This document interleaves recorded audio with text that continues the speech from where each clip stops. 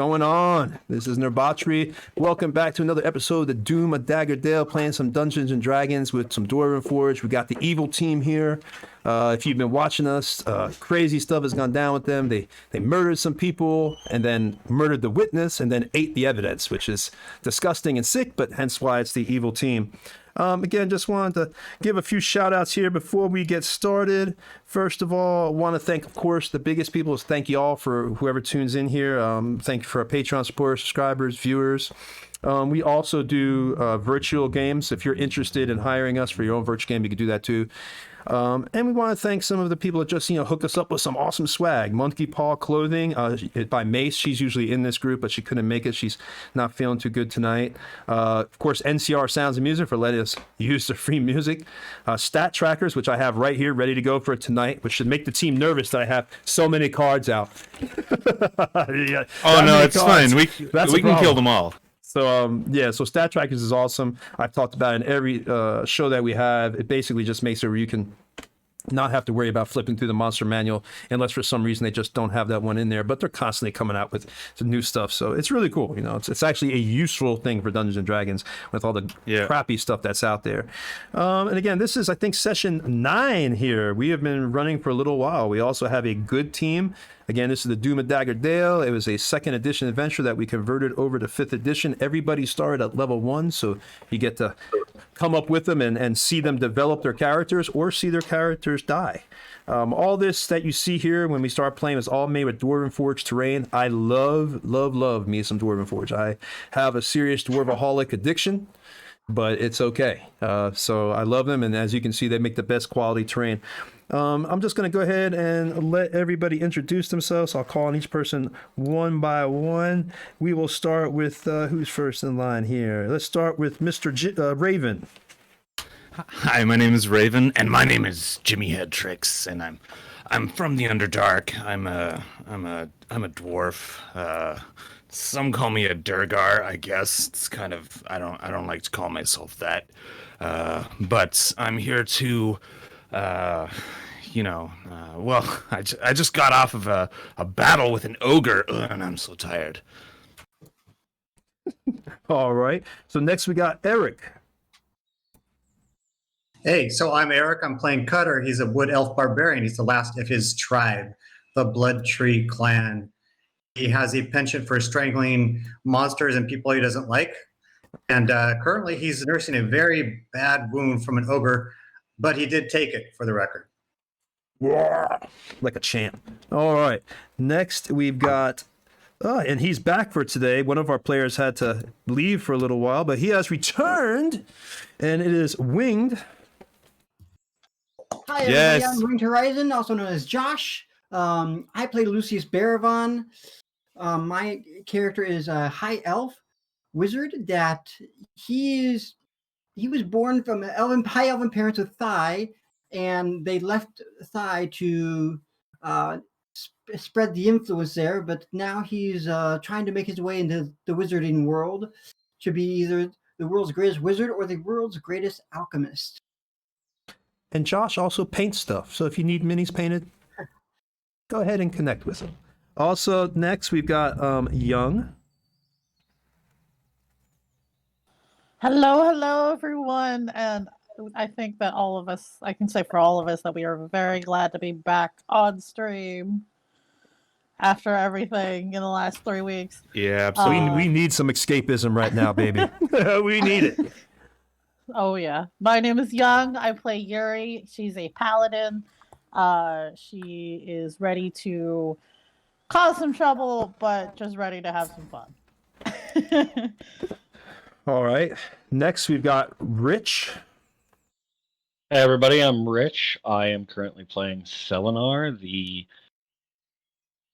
Wood Elf Grave Cleric. They are a little more aloof than some of the other party members. They are a little less bloodthirsty, but from what we've been seeing, they're much quicker to just kill because it's easier than dealing with the issues of any idiot that crosses their path.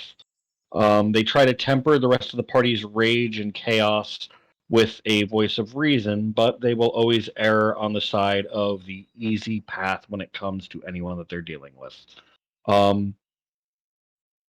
As Jimmy Hedricks had stated, they just finished taking down an ogre on a bridge, and they're curious to see what things lie ahead. And also, I play in Rich does his own game. He's a DM, and he uses Foundry Virtual Tabletop, which is awesome. It's beautiful. He puts so much work into it. It's very impressive. And I play an old man vampire hunter in his Curse of Strahd game on Sundays at 6 o'clock. So you should check that out as well. And also, he does TikTok stuff, I think. So just giving everybody a shout out today. And we also Appreciate have that, Tony. no problem. I love you guys. And we got Hatchet, which she is not here. That's usually played by Mace, but she can't be here today. So I've actually automatically took the pleasure of assigning it to Rich without even asking him. So Rich will be playing Hatchet tonight. That's right. Congratulations. You win the prize of getting to play an extra character and having to RP that character as well. I'm such a dick. But anyway, so now, Rich, we all went over. Basically, he told you they just defeated this ogre. They were sent here to check out Eagle's Eyrie by the constable of the town, Constable Trent, and he is not a very nice person, but the party is not nice either. So they are now on their way there, and they have just crossed over the bridge into the mountains. I just moved them across the bridge and put them right at the beginning of the mountains where they can start crawling up, and this is right after the fight. I'm just going to go ahead and let them take it away.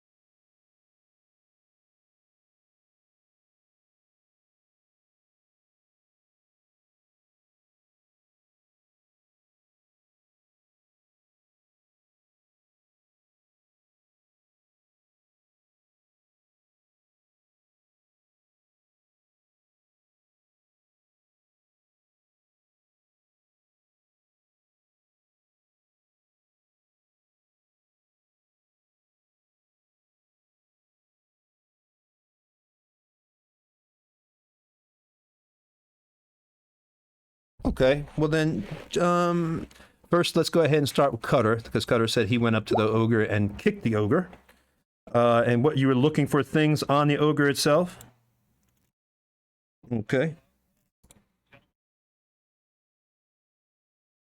Oh, they're only hearing me right now, Lonnie. This happened. This is what I saw about happen before. So let's go ahead and get that fixed real quick. Freaking.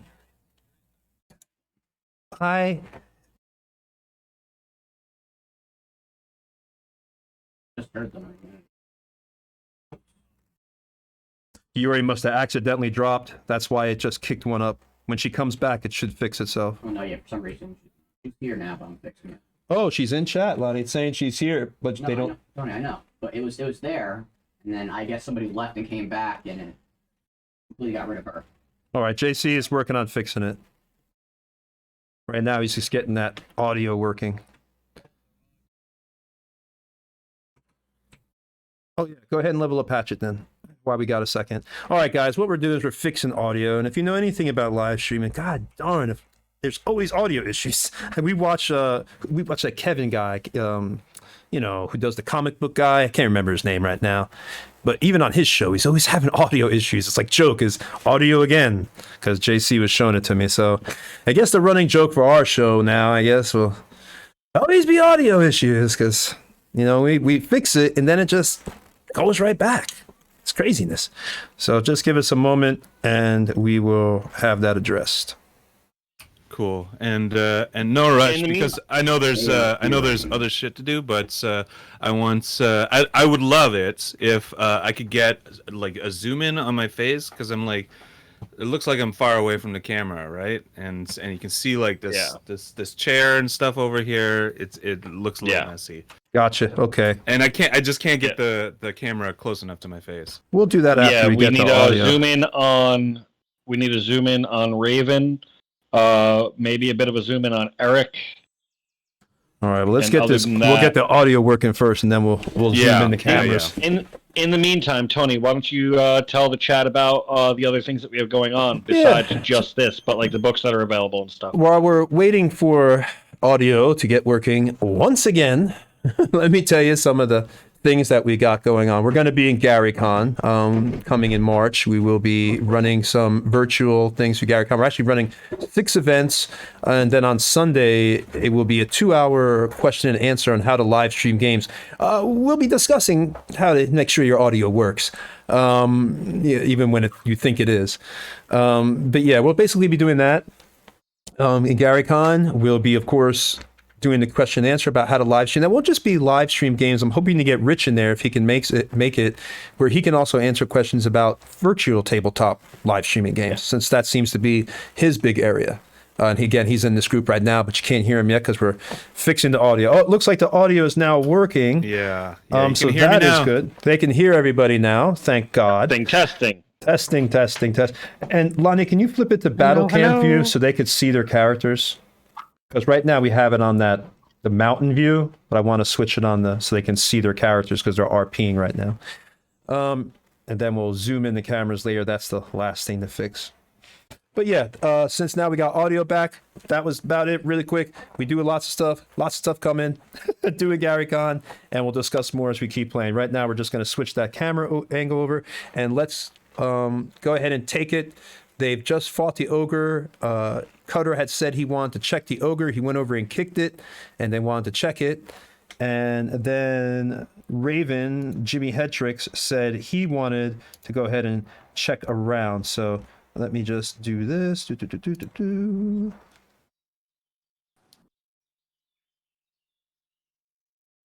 Yeah, like we've already come from this side of the bridge, so I want to cross the bridge past the ogre just a little bit, scouting around just to make sure everything's safe. You got it. First, let's do Cutter, though. Start with him. Cool. Okay, so Cutter, you walk over. Go ahead and just give me a little investigation check here. Got it. Tell me what you got.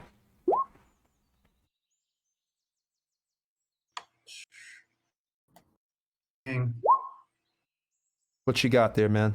That investigation check. We are getting a dice cam soon as well, audience. Got a 14. Okay, 14 is good enough. You notice the ogre seems to have little treasure that you notice as you walk over there. Your arm is hurting. You've just faced this ogre on the bridge and stood up to him. You're the elf against the ogre. It was a crazy battle. You're tired. You're panting. But as you kick the ogre, it looks like he has a little treasure of any real value, though it seems to think it had done very well so far. It has an enormous sack, which seems that it was carrying, kind of like hooked to its back. And in the sack, it contains 2 venison haunches. I guess that's a body, because I don't know if that's a word. Even I don't know. I guess Haunches? it means a body. Okay. You can tell I don't hunt. A set of burnt wild boar ribs. A skinned but uncooked rabbit on a stick. I know that's going to be eaten real soon by Jimmy. Yeah. A dented elven helmet. The wheel from a cart, 30 to 40 bones that have not been cracked for marrow, deer, boar, and what pisses off Cutter extremely is elven bones. So he wasn't kidding when he said he was going to break his bones and suck the marrow out. 2 large rocks. One looks like for throwing, and another seems like it'd be like a smashing rock or something like that to get inside the marrow, because you notice little scrapes of marrow on the bone itself from where he must have been breaking it. And a slightly bloodied silver necklace. Obviously, I'm interested in of the elvish make. I'll pick it up, and I assume that Lucius has made his way towards the ogre at this point. Yeah, because he was walking past it. go ahead and give me. You're investigating the surrounding area. I'm just going to use my laser pointer. I assume that you want to explore. You should be able to see some battle cam, like this general area that you all are already in right here. Yep. Is that okay? So Can go see ahead. that. Yeah, like that laser pen now. Good I suggestion. do. Rich. I love it. Good suggestion, Rich. I love that. I love that the lighting in the room is all green themed. My lighting is green themed, and now you have a green laser pointer to use. Like, there's a nice little correlation going on here. Yeah. Thank you. It won't be like that forever. So That's totally intentional. So, I wonder. I guess you guys were talking to me rather than Lucius. oh yeah, because you said Yeah, Jimmy yeah. made his way over. So give me Yeah. an So, investigation. on the way by, I just want to know if I see the rabbit that Cutter has seen. Well, yeah, as you're walking by, he's hauling all this stuff out the sack. He's got it before him. You see him with the bloodied silver necklace. Cutter, is looking kind of haggard still, from this battle. He's pretty exhausted and hurting bad, as well as everybody else here, kind of tired. And, he sees, you see all that stuff just sitting there. And, the rabbit looks kind of skinned and gnarled. It looks like the ogre didn't do a very good job. There's still some tufts of hair left on it. But, of course, to you, it looks like, steak. Yeah, for sure. I'm gonna tell Cutter. I'm just gonna scout around up ahead, just a little ways, and I'll take this rabbit too. And I pick it up by the ears and kind of stuff it in like a hip pocket, and move on across the bridge. Okay. Give me, while you're moving, because I've already put you across the bridge technically. Go ahead and give me an investigation roll. Investigation 19. All right. So Jimmy, you go over there, you start looking all around, you pass the ogre, you're smelling that delicious rabbit, a little bit of blood is still dripping on you. You quickly suck the blood off your finger, nobody sees it, tastes delicious to you, like salt. Of course.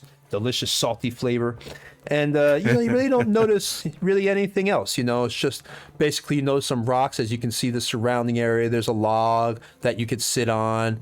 Basically looks like a good camp area that in your estimation, but you really don't notice anything particular out the way at the beginning, because you're still at the foot of the mountains.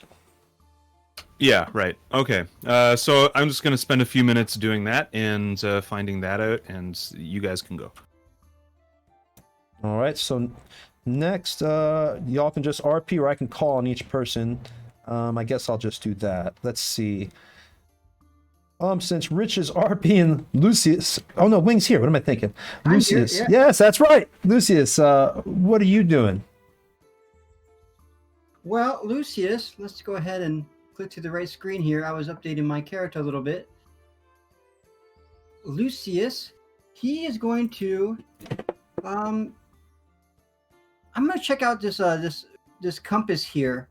You smart ass. Well, is there anything magical about this room at all? Anything like pop He's out got to him? 500 bits.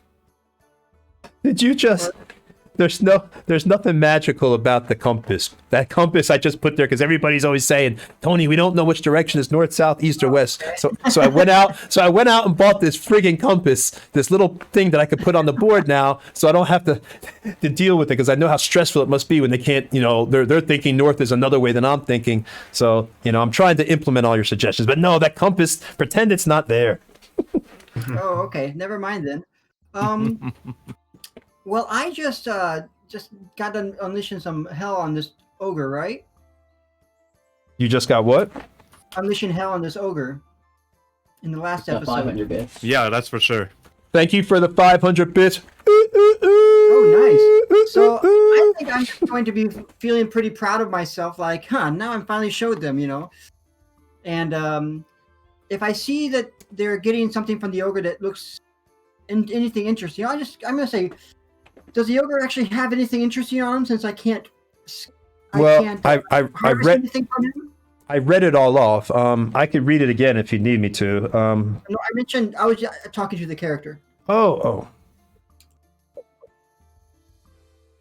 To the character that was just. That would be. That was Cutter. It's yes. Cutter. I talk over to Cutter, not in the loud voices. You find anything interesting on this one? I'm looking down at the elven bones, and I kind of hold the necklace towards you, and I say, "This necklace, is it anything other than elven?" I do not have identify, so what can I roll to have an idea of to check it out? You could try an arcane roll for me. Go ahead and roll arcane check. Arcana, arcane, whatever. Arcana. I think I'm forgetting how to do all my rolls. Like I haven't rolled in so long. Sacrilege! You forgot how to do your rolls. I haven't played D like since I left this one and all my other games. It's all right. You just have to click on Arcana on your sheet and roll 20. Yeah, on the word. And if you want to turn on that dice roll cam to see if it works, JC, you can. But like I said, it's kind of weird. All right, so you rolled a 12. You're able to deduce looking at the silver. And obviously, you take it in your hands. It smears, the blood begins to get over your hands. It gets underneath your fingernails. It's starting to mix with the dirt. It kind of forms like a pasty feeling as you're touching this bloody, dirty necklace. And it also stinks. It stinks. You get a nasty, dirty ogre butt. Because it was near the ogre's ass and it doesn't wash very good. So it stinks very bad. Man. Yeah, it's nasty, man. But you don't see, by your, when you really focus on it, you don't see anything magical about it. It seems to be a decorative object. You can have it back, Cutter. Does seem to be valuable, though. You could tell it has a little bit of value. I should It looks mention like it could be valuable to sell, but I don't see anything magical about it, anything arcane. We'll sell it back at the town. You might want to No, I'm wash going it to make off my first. way over. Oh yeah, I'll make my way over to the water. Kind of walk down to the water with that necklace. Okay. So you just go down to the water and you rinse it off. And then it zaps you. All right. So you go down to the river, you kind of rinse it off. It looks much nicer after you've gotten off all the blood and the ogre stink and everything else and the dirt. And, your arm is still hurting, your shoulder, but, it brings kind of a little bit of happiness to you to know that you got a little bit of value out of this, kind of like almost your trophy. And not to hog too much more time, so I'll make it quicker. I'll walk up to that ogre and I'll pull my two-handed maul off of my back. And in spite of the pain of my shoulder, I'm going to start bashing its face until it's basically just a flat pulp and bloody mess. All right. Wow. All right. So as you bash them in, bits of bone begin to crack and go. You actually bash the small bits and wet chunks into the dirt. The grass itself flattens out with your massive pound of the maul through the ogre's skull and onto the dirt itself and denting the ground as you do it. Your anger and rage to know that this thing was eating your kin. Not that you really care that much about other people because you're not a great guy, but it's the point, how dare he think he can do that, to elves. Only Just you, because only you are you a bad kill. guy doesn't mean you are a bad guy. Who would put who would put That's man's true. head? Who would put man's head in thighs? Fresh I head love makes that sorrow movie. sick. I love that Look at, movie. look at what 11 Exile is doing. He's just spamming the minimum chat to keep the star up on the screen. He's spamming the minimum like bits. Well, thank you. Spits, bits, bits, bits, bits, bits.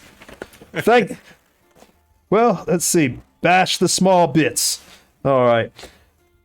So, you've done that. You beat the hell out of this thing. It's bloody. It's chunked. You get a nice satisfaction. As you were beating it, the blood, of course, and brain bits were also going onto your body and face. But you take pleasure and actually take some of the blood, push it off your face, and lick it and suck it off your finger. I'll conclude by putting on the necklace, and I will defer to the other players now. Okay. All right. So now it is Yuri's turn. What would you like to do, Yuri? I kind of just want to make sure that Lucius is gonna do this. Is gonna get himself killed again. He's not I going to know get. that he's probably just doing something with. He's probably just looking at the different body parts. Oh yeah. He usually is skinning things. That's true. All right. So you're just hanging out, watching Lucius. Yuri is sitting there, kind of, hanging out, making sure nothing's going on, distrustful of everyone. Plotting her revenge and takeover of the world. Okay. All right. or his revenge, I should say. All right. And now it is To Hatchet. see if there's like someone watching us or something. What'd you say, you, Young? See if there's somebody walking. Hello? Young? Young? I don't think she can hear us. No, I think she's muted. I can see her talking. It's but- okay. Once again, She we must lost be your sound, talking. Yuri. Hello. There we go. There we She go. she There must we have go. been talking to somebody else. It wasn't meant for us. It must have been talking to somebody else.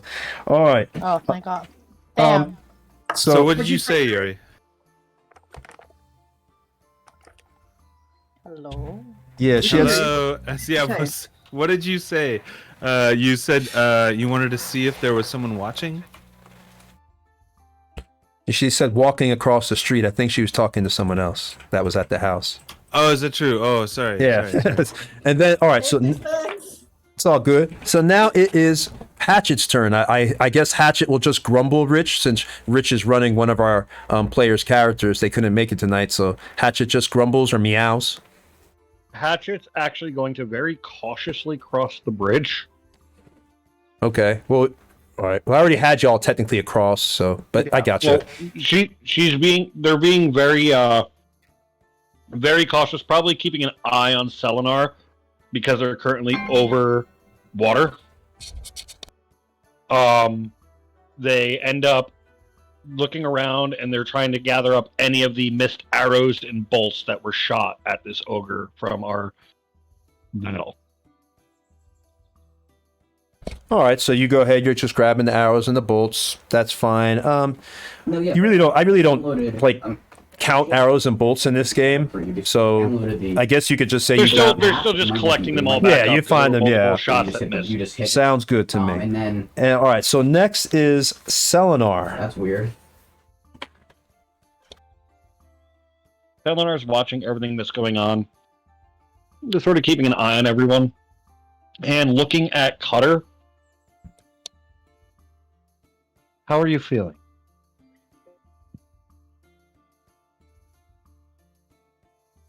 Not fine.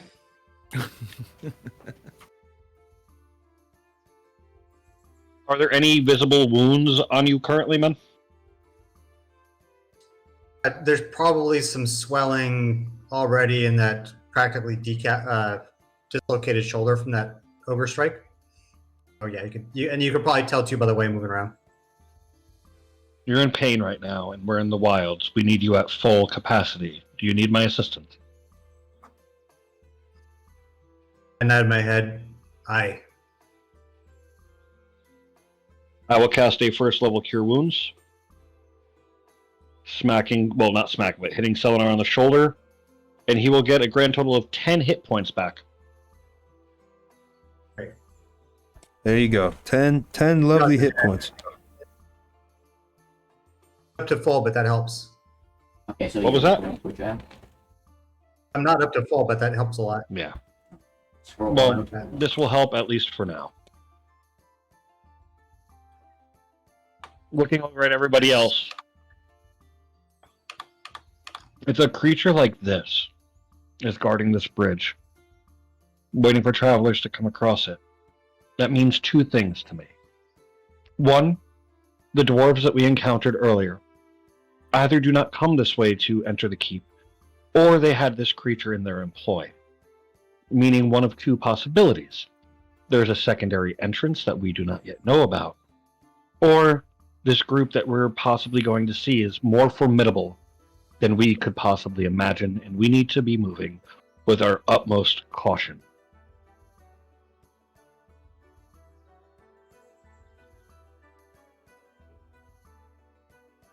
All right. So now, what do y'all want to do? Everybody's a little bit tired from that past battle. Are y'all gonna rest, or are you moving forward at this point? Unless there's something else, but I've gone through everybody, so I assume at this point it's either rest or move forward, or move back. Seems like based on what you said that this is a really good campground. So perhaps would be a good place to rest. I've scouted around and there doesn't seem to be any additional threat. I could replenish some of my spells.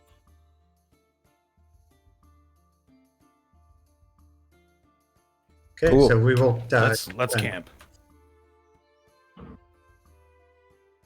And Lucian, or Lucius, you did say that you examined the necklace that Cutter had found, and there was nothing magical about it. Yes.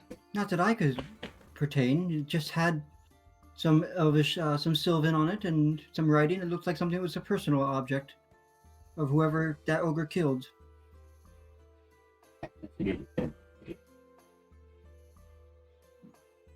Well, if you're going to be camping here for the night, I could take some time and look it over if you want, Cutter, just to double check. I would be able to take 10 minutes to cast the Detect Magic ritual to be able to see if there's any magical properties to the necklace at no cost of a spell slot. Okay. And Cutter will take it off and hand it to him. So, at the beginning of the camping, Selenar will position themselves against one of those rock walls, slowly start working their ritual, and after 10 minutes, they will be able to detect magic within 60 feet of them. They will be able to see the auras of any magical items, and if they focus on it, they will be able to determine the school of magic that is emanating off these things.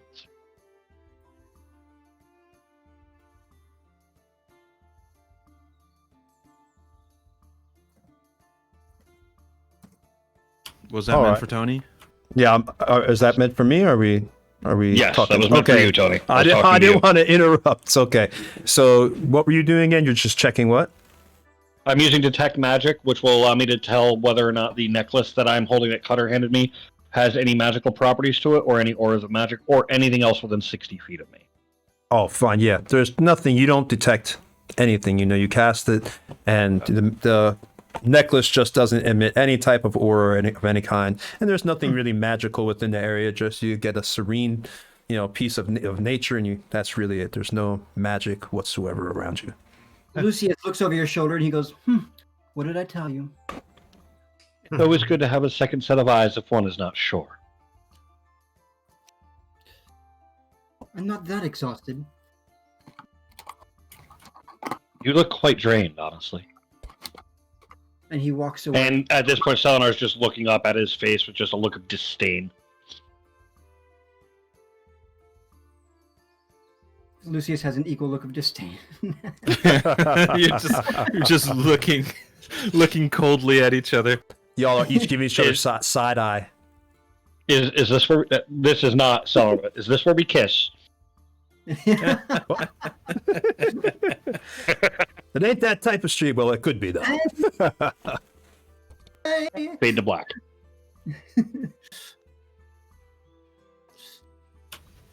All right, so I've got my bedroll out, and I've started roasting one of my what are they?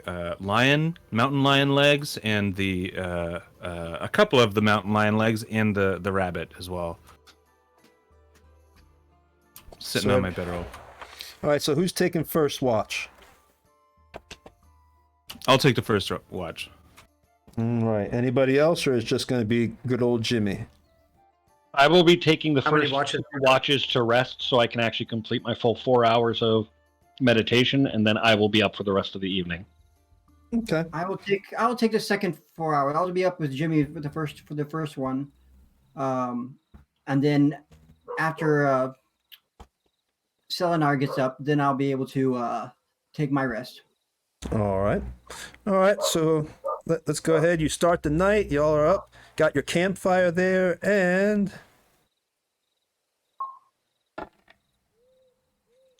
well, you're lucky it didn't go in the opposite direction for you. So, and we just got a crazy music for some reason, or a sound effect. Funky. There's a ghost in the machine, They guys. can't hear it. All right, so I rolled a 20, but that is not the way I no. So you're good to go. Nothing happens right there, but then these first 4 hours, You know, there's peace. You hear crickets. You know, the water is rushing because there's a waterfall next to you and a river. It's very peaceful, very quiet. You still taste the rabbit and everything else. Jimmy is picking rabbit out of his teeth and little bits of fur.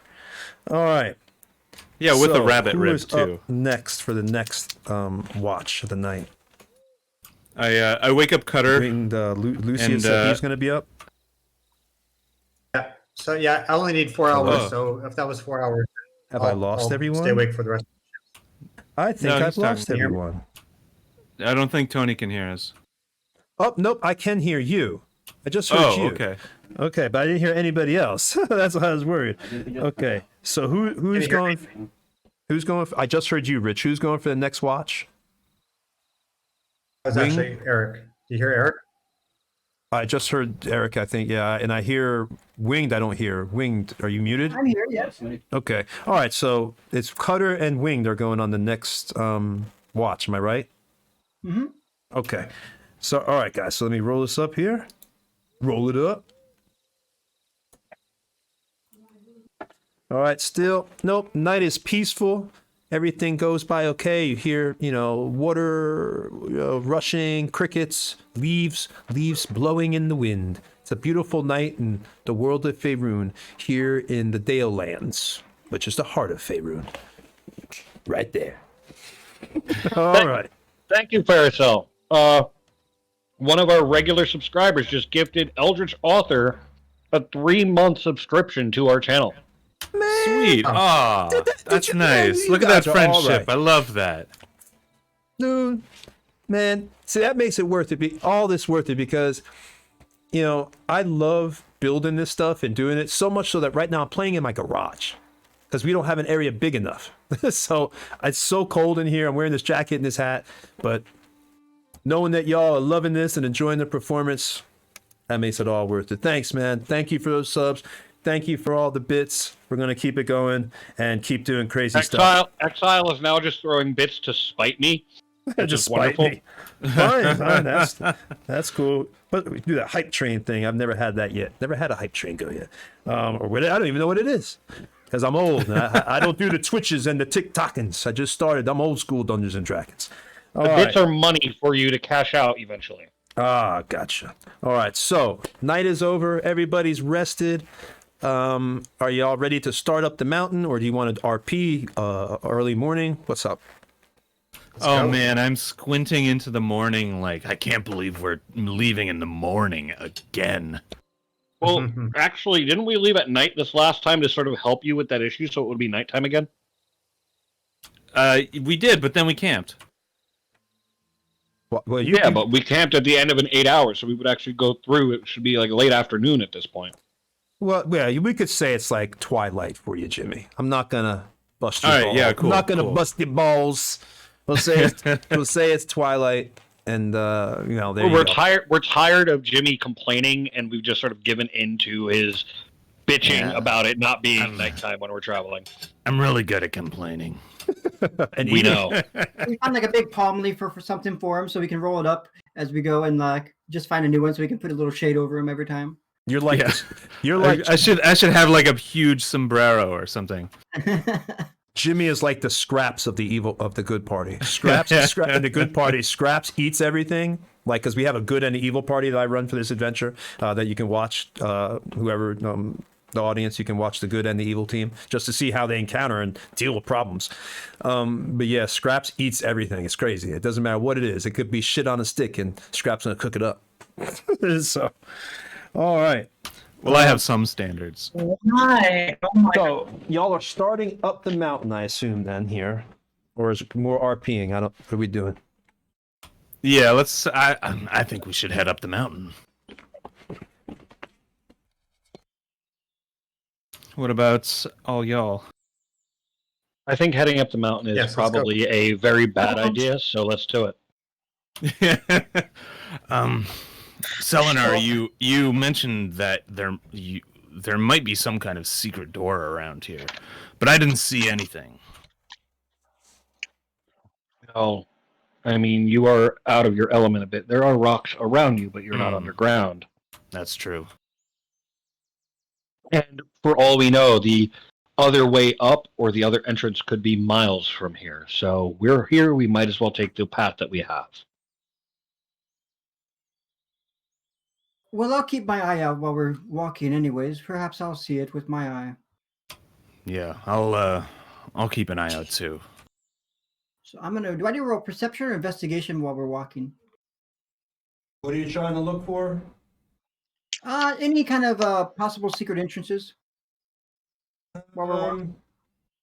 Well, you have standard perception, so I mean, I would think that would just be like your passive if you're walking along. I mean, because obviously you're not going to stop and inspect every tuft of grass, are you? Like stop every second and closely examine every inch of space. Yeah, I'm not going to do Yeah, it. that would be investigation. I'm not going to do what I did in Boy Scouts, no. So that probably wouldn't work. I'm going to move this the battle cam real quick, Lonnie, so we can have a full view of what's going on. In a second. That should be a view that shows the bridge and everything here. Put this up so you can see right there. All right, and you should have a good view now, audience, as well as the group here of yourselves. Oh, I just hit the camera with my fat leg. So happy you play in the garage. But you should have a better view now of the you guys walking Of the up. obvious trap. Oh, shut up! Shut up, man! Damn! Why you gotta spoil it? Spoiler. I mean, literally dead center on the camera, Tony. Debbie Downer. It's not. This is like I'm Indiana Jones. I'm gonna be running away from this. Well, surprise for you. Hold on, I have to move. We have to cabin in the woods. This we know that it's there, but there's no way to stop it. Yeah, like we right. have to go. Well, surprise. You know, maybe it's not a trap. Maybe it's something else. You don't know that, huh? It could be a huge chicken nugget. Yeah, you don't know. I mean, it could be many things. It doesn't have to be a trap. Yes. So is this bridge broken? So that's what I'm about to get to as soon as I get this camera in a better position. Nice view of the. Look at that mountain. That's awesome. Yeah, it took me hours. It took me about to build this whole table the first time. I'd say it took me, if you count pre-planning in my mind, I'd say about 60, 70 hours. Jesus. Yeah, because you know Guys? you come back and you correct everything and stuff. All right, so we've got two views. One showing y'all walking up the mountain, and the other is going to show the actual bridge itself. But so as you've been traveling for a few hours. Everybody, give me at this point, because you've moved up the mountain a total of like I'd say about 60, 70 feet at this point. A little bit more. Give me an exhaustion. Everybody roll for a Constitution. Yeah, Constitution. Excuse me, guys. Is that a save or a check? Let's do a check. Just roll straight Constitution. No athletics or anything. Just straight con. Anybody who Cool. rolls 16. less than, if you roll less than a 10, 16. you're tired. I'm not tired. I've done this before. I've walked before. Well, you're walking up a mountain, which is Yeah. incredibly rough terrain, and your movement speed is half because of it. So you're dealing with wind and cold, and it's rough. All right, so Rich is kind of getting tired. That's Hatchet. Hatchet has a 10. Okay. Selenar had a 16. Okay, so I'm sorry. I apologize, Rich. So Hatchet is really tired. Is anybody else who rolled 10 or less? Nope. To use athletics for this? No, straight con. Just straight con. Here we go. Oh, thanks for that sub, anonymous gifter. I don't even think I'm pronouncing anonymous right, am I? Anonymous. I smoke too much. But and I didn't have any cookies tonight. Usually I start the edibles, man. I'd be going off. They gifted our stream moderator the sub. Thank you, Wicked. whoever you are. I know That you is want to remain awesome. anonymous, but thank you. Just know that you're special and I love you. So, At a 60. so you've approached this point. Did everybody pass other than Hatchet? Cutter passed. I got a 16. Okay, so it looks Yeah, I like passed. Yuri, did you pass? Yuri, you might be muted again. Yuri is not in stream. She It dropped looks like. out. No, Disconnected. that Yeah, is why her don't you roll that internet. check for her, and while she figures out her internet. Yeah, let's roll it for her. And I'll... Hello. Oh, I can hear No, you. there she is. There she is. But We she's just very can't see low. you. Also, Hello. Tony, technically that's like 5 or 6 subs tonight.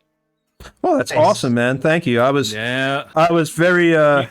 very stressed out because, you know, of the holidays and everything, and we weren't able to live stream because we have an internet problem. So I was very angry. Well, not angry. I'd say stressed because, you know, Rich understands because he's been following me this whole over a year that I've been trying to do this business and put this whole thing I was on together. the phone with you for like an hour Yeah, the first so night when everything went down. It was stressful, man, because I didn't want to lose my audience because I put so much work into it. So it really feels good. I almost feel like it's a sign to just keep going and not quit. Also, Tony, you realize that's 5+ subs in a single night. Yeah, I got to dance. That means I got to dance. And I It want might be a time to different warm song. up with a cape.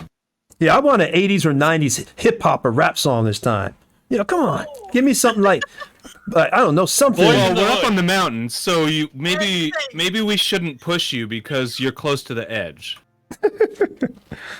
Or you're trying to push one of your Does that- push one of your teammates off the mountain? No. Yeah, you can do that. You know the reference. message by what's his name? Oh, What's yeah. his name?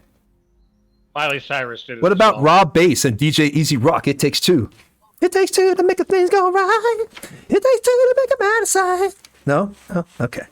That's Anyway, a good one. I like that. that is a good song, Oh, it's man. by Grandmaster Flash and the Furious Five. The one I Ooh, was that's talking a about. hot one. Yeah. All right, so let's get you. See, Tony, Yeah. since I resubbed as well, I do have a personal request for a song for you to do.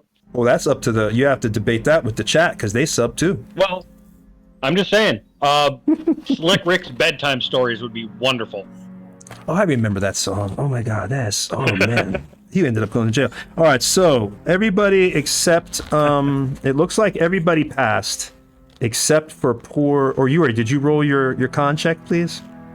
I did. It was a 19. Okay, so Yuri's fine. Everybody's passed except for poor Hatchet. The cat, obviously, the tabaxi is not good in the mountains. Her claws are hurting her. She's fallen. You know, she's kind of not able to grip the stone as well as everybody else because she's not wearing boots like normal ones like y'all have because of her, you know, her tabaxi paws and everything else. So she's gotten really tired. She's back there panting and her tongue's hanging out a little bit as she's, you know, trying to catch her breath.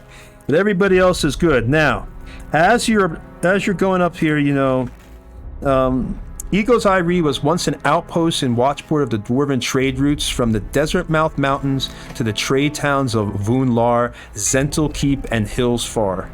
The Dwarven kingdoms have long since withdrawn to the distant mountains, and the Eagle's Eyrie post is abandoned. A path once led along the cliffside to the top of Eagle's Eyrie, but a large section of the path has crumbled. The path begins near a farm on the outskirts of town, which you already went to, and the woods on the side. The path just ahead of you has fallen into the valley. You see a long bridge, like an actual, you know, as you see a suspension log bridge ahead, but it looks like over time it's just crumbled into the gorge itself, and you can see the piece of the bridge has fallen all the way down. It's crashed upon the rocks below, and there's water running all over it. It looks like, you know, it's about 60 feet down onto sharp sloping rocks, and the gap is about 20 feet wide. Do you want to try to go on or turn around and approach from another direction? We're this far. Let's. How wide was the gap? Did you say? 20 feet.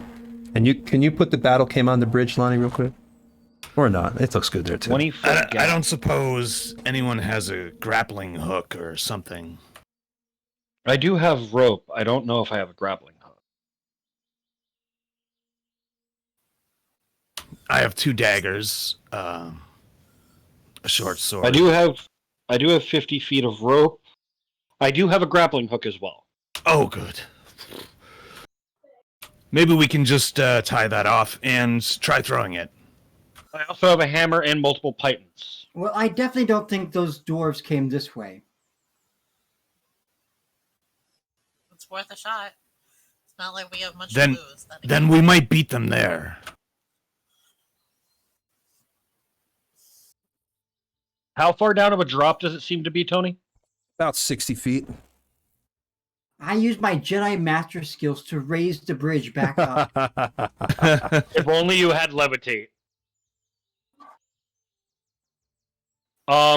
Actually, we could try to cross the 20-foot chasm, or we could lower ourselves down one side and climb back up the other.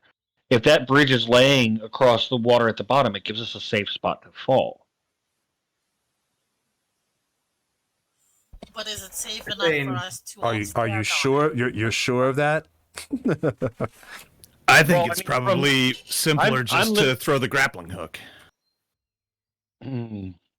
But that You know, wasn't a bad I idea. think they're right. We should throw a grappling hook, and then one of us can go across with the grappling hook, and then we can tie 2 ropes, one high and one low, and use it as a walking bridge. Well, Lucius, since you were so kind to volunteer, I'll absolutely throw the rope and you can go across.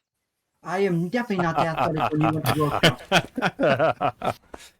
Selenar wants to kill Lucius, I believe, somehow in this game, audience. Somehow. Delar will step up, have the grappling hook tied off, and they will toss it across the bridge, trying to hook it onto some of the other wood that's there. All right. Go ahead and who's throwing the grappling hook? That would be Selenar. Go ahead and roll an athletics check for me.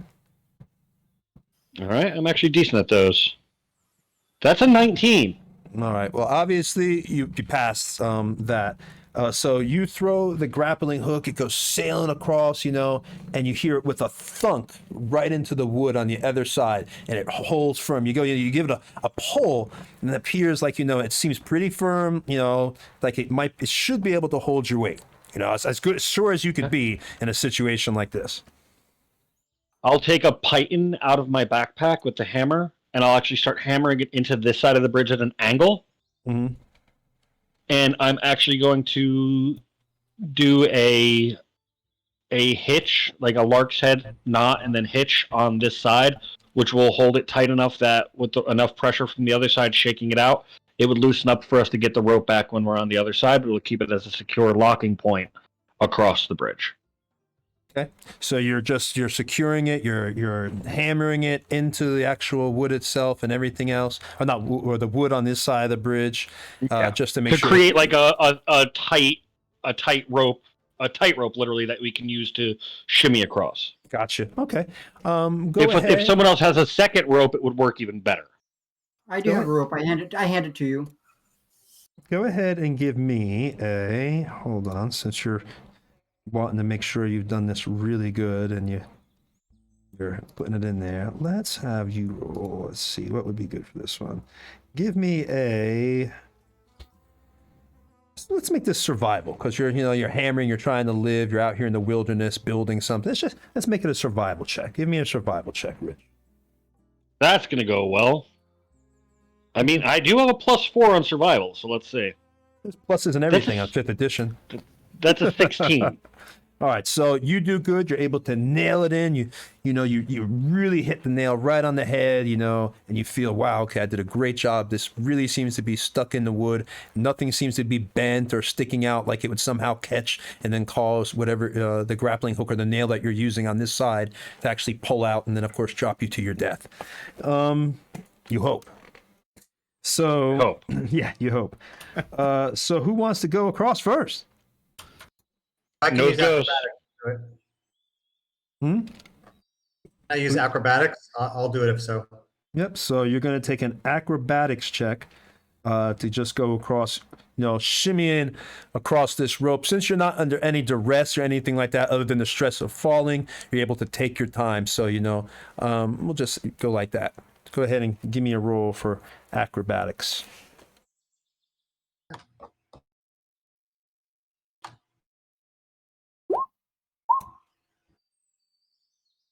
What you got for me? All right, so you get across.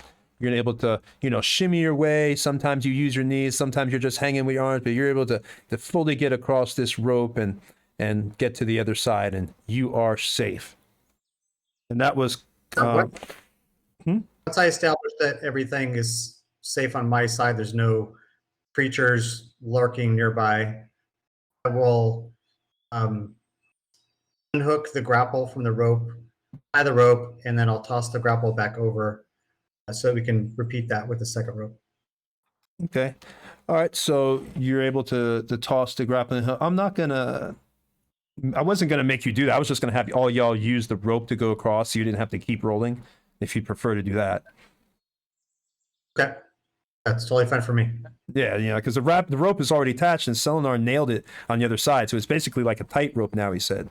So I assume you don't want to pull it out and then toss it back. Did he tie another rope on that wood post so we can have one for our hands and one for our feet? Yeah, I think that was their plan originally. Oh, okay. I'm sorry. I didn't know. Okay, well then, yes. Okay, so you're able to throw that one across, but I don't see how you'd have one underneath you, because the grappling hook that you'd be. Well, I guess you could put it on the log part. Yeah, I can see it from here where you could have one a little bit higher than the other. So okay, that works. Go ahead. You're throwing the grappling hook across. Go ahead and give me the athletics check again. Well, for this time it's cutter. Athletics or acrobatics? It was athletics if he's throwing the grappling hook, because he's throwing another one across. Oh, well, that passed anyway, so he's good. All right, so you're able to throw the grappling hook. It lands on the other side. I assume you're going to try to nail your side you have in, like Selenar. I'll tie it. I don't have any hammer and nails, so I'll just. Okay, so you're just going to give it a. Give me a. Since you're tying it, make sure it's tight. Give me a sleight of hand check, please. Since you're doing it.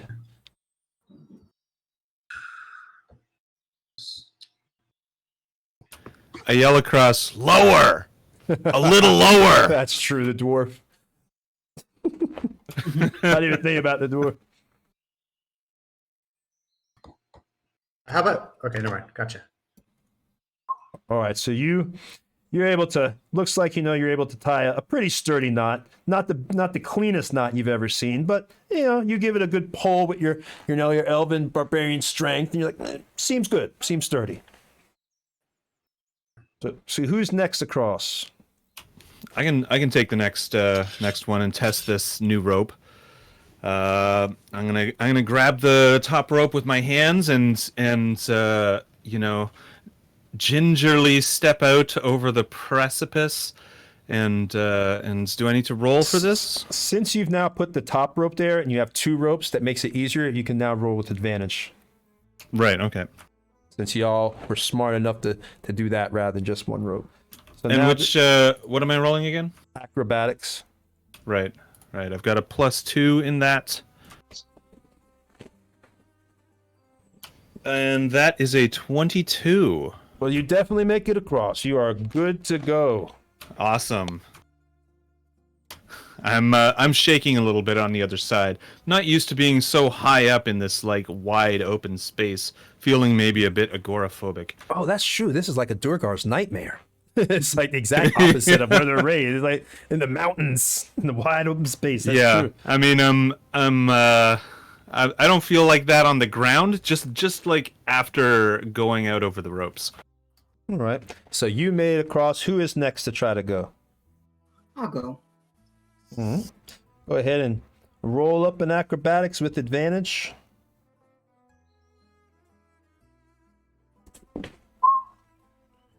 All right, you're able to make it across as well. You're kind of a little bit more nervous, and you're not as. Oh no, you got 17, so you're fine. That's right. I forgot. All right, so 17, you're good to go. You make it across. Sturdy, fine. You're not nervous at all as you go across. All right, so who is next? I will go. All right, so Yuri, go ahead and roll an acrobatics to see if you die.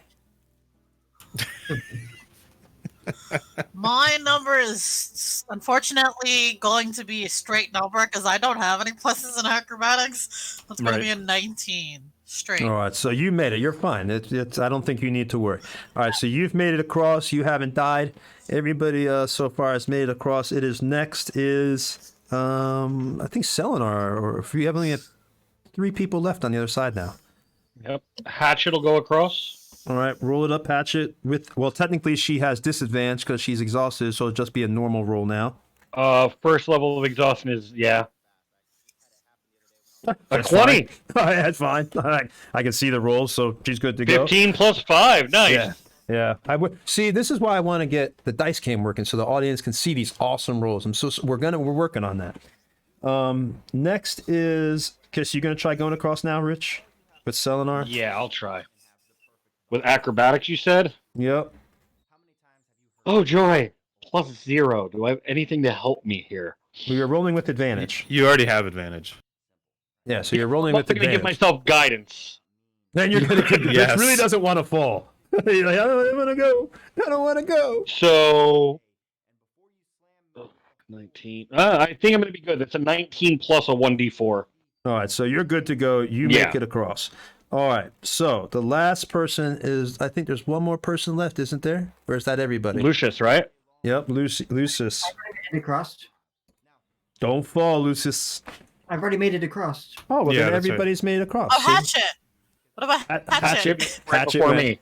Yeah, Hatchet went before Yeah, Rich. that's just gone. I think everybody's gone across. All now. right, so everybody's across the bridge. All right, as you cross the bridge into view, you begin to see it's still a distance away, but you can see, the beginnings of the ruins of Eagle's Eyrie. You can see it looks like at this point, like from where you see, looks like a bunch of ruins and maybe some stone, but that's really all the detail you can get. It's still a little while away. And I'm gonna move you all across the bridge. And then I'm gonna do a quick roll.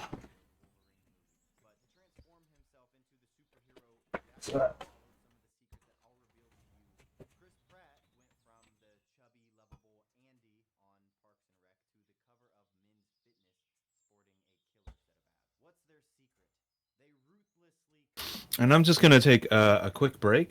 All right.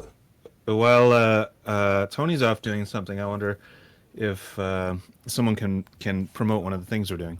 Yes, please. Rich is usually good at that. Rich, talk about some stuff that we do as I'm moving the characters here. Mostly make mistakes. No. As you guys see, we have the Doom of Daggerdale adventure that's going on right now. You have two different parties that are doing it. You have both a good party and an evil party running through separate versions of the campaign using Dwarven Forge terrain that Tony has painstakingly put together. We also have a stream on, is it Wednesdays, Raven, that we do the Baldur's Gate? I know that Tony and a few of the other people here actually play Baldur's Gate online, and they've been live streaming that. As well as on Sundays, you will see me running a group of intrepid adventurers through the wonderful adventure Curse of Strahd. They're almost out of Death House. Let's see if they actually make it. We have multiple streaming platforms that you can catch us on. You can catch us here. You can catch us on YouTube, on Instagram, on Twitter, most recently on TikTok. Tony just needs to start making content for that. We do have a Discord server as well that you guys could join. If you guys are interested, we will happily provide the links in chat a little bit later, probably during our break. So we appreciate all of you guys that are here. Thank you for the subscriptions, the bits, and just the interaction that you guys give us. We love seeing you guys chat. We love talking with you guys. And very often, Tony will actually talk to you guys to figure out whether or not he should abide by the rules as written or give you guys a break. So, with that being said, I see Tony has returned to the table.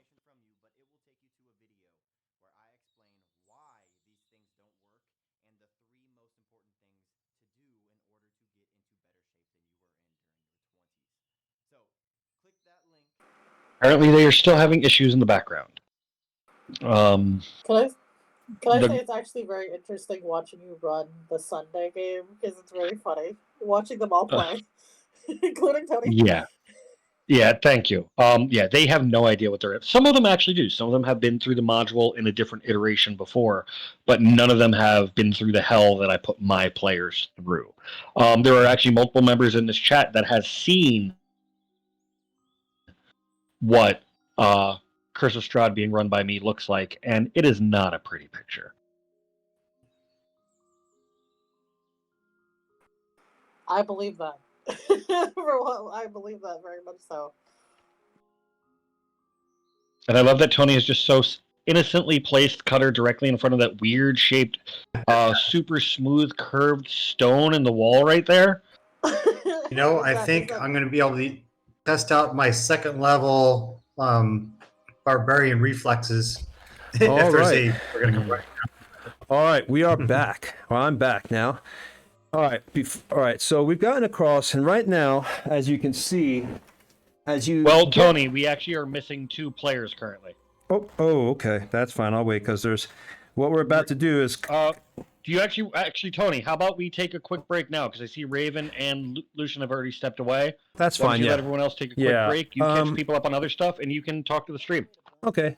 Yeah, stream. I can talk to you a little bit easier now. I'm usually trying to DM obviously as I'm playing. So, and we have another person that's trying to run the stream. But if you have any questions right now in the stream, go ahead and throw them in there.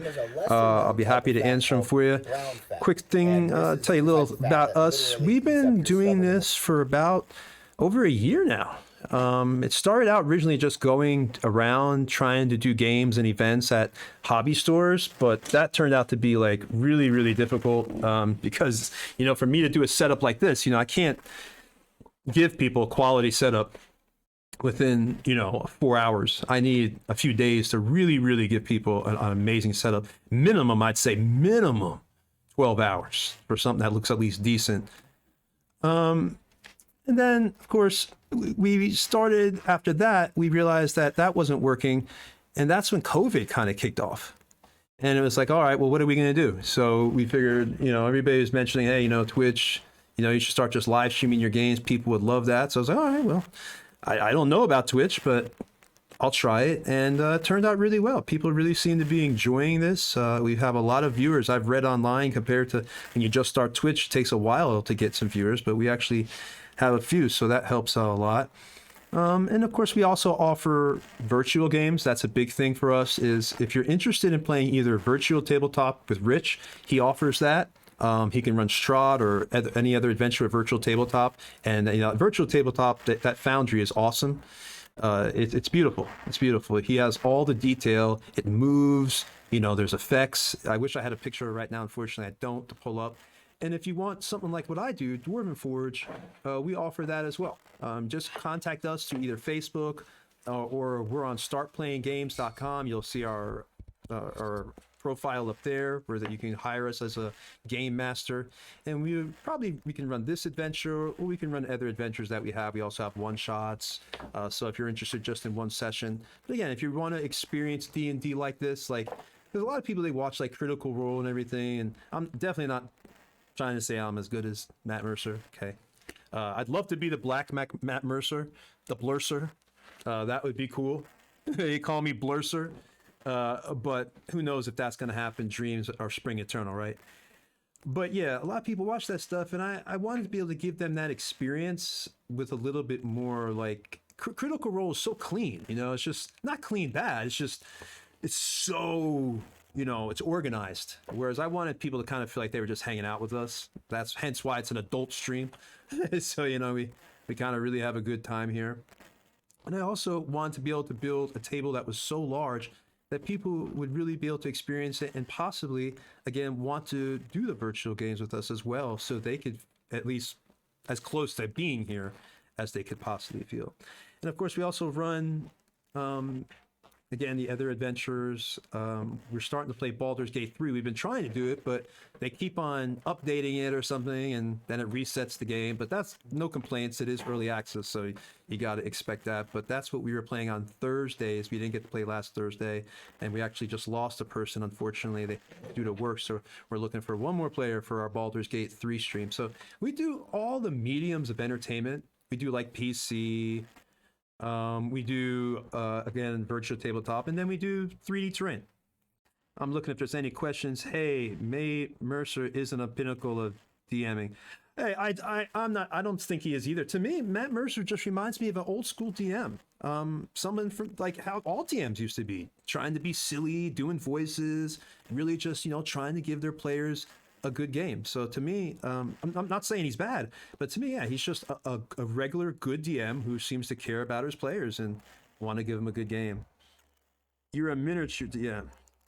Yeah, the voices are cool too. I try to do some voices, but unfortunately, in the heat of the moment, you sometimes get nervous, and I find myself always going back to the Scottish or the Cockney accent. So I've got to in the heat of the moment, I got to remember, Tony, you can do so many other voices. You know, like I can do impressions. I can do Family Guy, Peter Griffin, like, "Hey guys, what you doing?" Yeah. This one time, I was with Quagmire, and we went all the way down. Yeah. Hey, Peter. Oh, that's not Pete. Oh, then you've got, wait a minute. I can do that. I can do all sorts of impressions, all types of, you know, it's crazy. So yeah, I can do Yoda. Yes. You know, so yeah, all I can, and I always forget all these voices.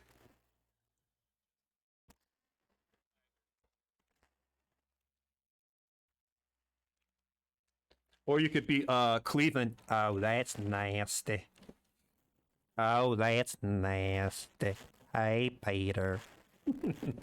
You know, or greased up deaf guy. Oh, I'm greased up deaf guy. I get stuck in Irish, Southern, or bad British. Yeah, you know, that's the thing. In the heat of the moment, you find yourself going back to what you're so comfortable doing again. Yeah, British for me. I also got to remember, it's like, Tony, I can do South African, I can do British, I can do French, I can do all that, but I just constantly forget. You know, I can imitate like certain people pretty well. I can do Jackie Mason. Like you like Jackie Mason? Huh? You're a little good. I'll come to New York. Maybe a little bit. You know? So I can do that. I can do pretty much anything. But anyway, getting off the impressions and talking about crazy shit. Going back to what we do. Yeah, we just love doing these games. I think it's awesome that I'm able to do this. I'm hoping to one day be able to make a living off it, like everybody else on Twitch, I'm sure, dreaming. But I'm just hoping that the niche I'm filling is really makes people happy and they enjoy it. And so far, it seems that way. We got a lot of. Yeah, Stefan does some, and that's cool. He does every once, and Nate does every once in a while. But they don't do like gaming streams. They do more like Dwarven Forge streams where they're showing you how to build, which I love, dude, because Nate's a genius. Yeah, and they show you how to paint. You know, you get with Rabbit, so he'll teach you how to paint. Mojo, oh, excuse me, not Rabbit, Hamster. Mojo Hamster will have his show on Hamsters Hangout on Thursdays. Where he'll show you how to paint, which I can't paint with crap. So I feel you can do so many voices, but for some reason while running Icewind Dale, is he Irish Scotch? Yeah, it's always the same. I think Nate was saying that today, like something like that too. It's like trying these new voices or something. One of his tweets, or maybe I said that to him. It's like, but yeah, it's like you always go back to like the same voices, and then you hate yourself later. You're like, God, why did I do that? I had that voice all ready to go. I practiced it. Why couldn't I remember how to do it at that moment? I'll tell you, they say stage fright isn't real, but no matter how much you DM, if you really, really care about DMing, I think people who really, really love it, they always get nervous because you always feel like you're never good enough. So it's like, oh God, am I going to be good tonight? I got to make sure it's perfect. I got to make sure they're entertained. I got to, so in that nervousness, and I think in a way, does make you a little bit better in some ways, because if you're constantly nervous, yeah, because it will make you want, it makes you want to give your players a wonderful game. If I didn't care about DMing or wanted to give my players a game, I wouldn't DM anymore. I'd say, okay, guys, I no longer get a sense of enjoyment by seeing y'all smile and laugh, you know, that from my builds and from my stories. I think it's time for me to just be a player. So yeah, so I'm hoping I can always get better. That's I'm constantly striving to get better. That's why if you go to our Discord channel, and we have a Discord, if you see we have a lot of, let me put socials in here real quick. While you're doing that, when you unplug that mic and plug it back in. What? While you're doing that, plug that mic and plug it back in. There's a lot of static. Oh, there's a lot of static on. Okay, I'm gonna unplug it and plug it back in.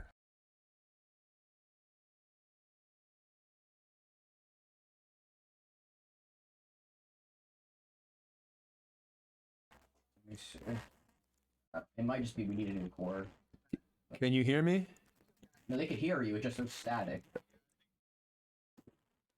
Does it still have static? It's still there, but God damn it! What the hell? I think it's at work. Probably just walking around. Yeah, I don't know what's going stepping on. on the core. Running over the core.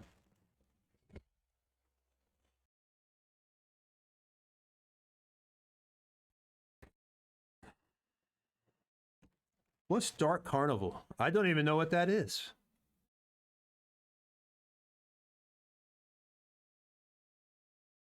What is Dark Carnival?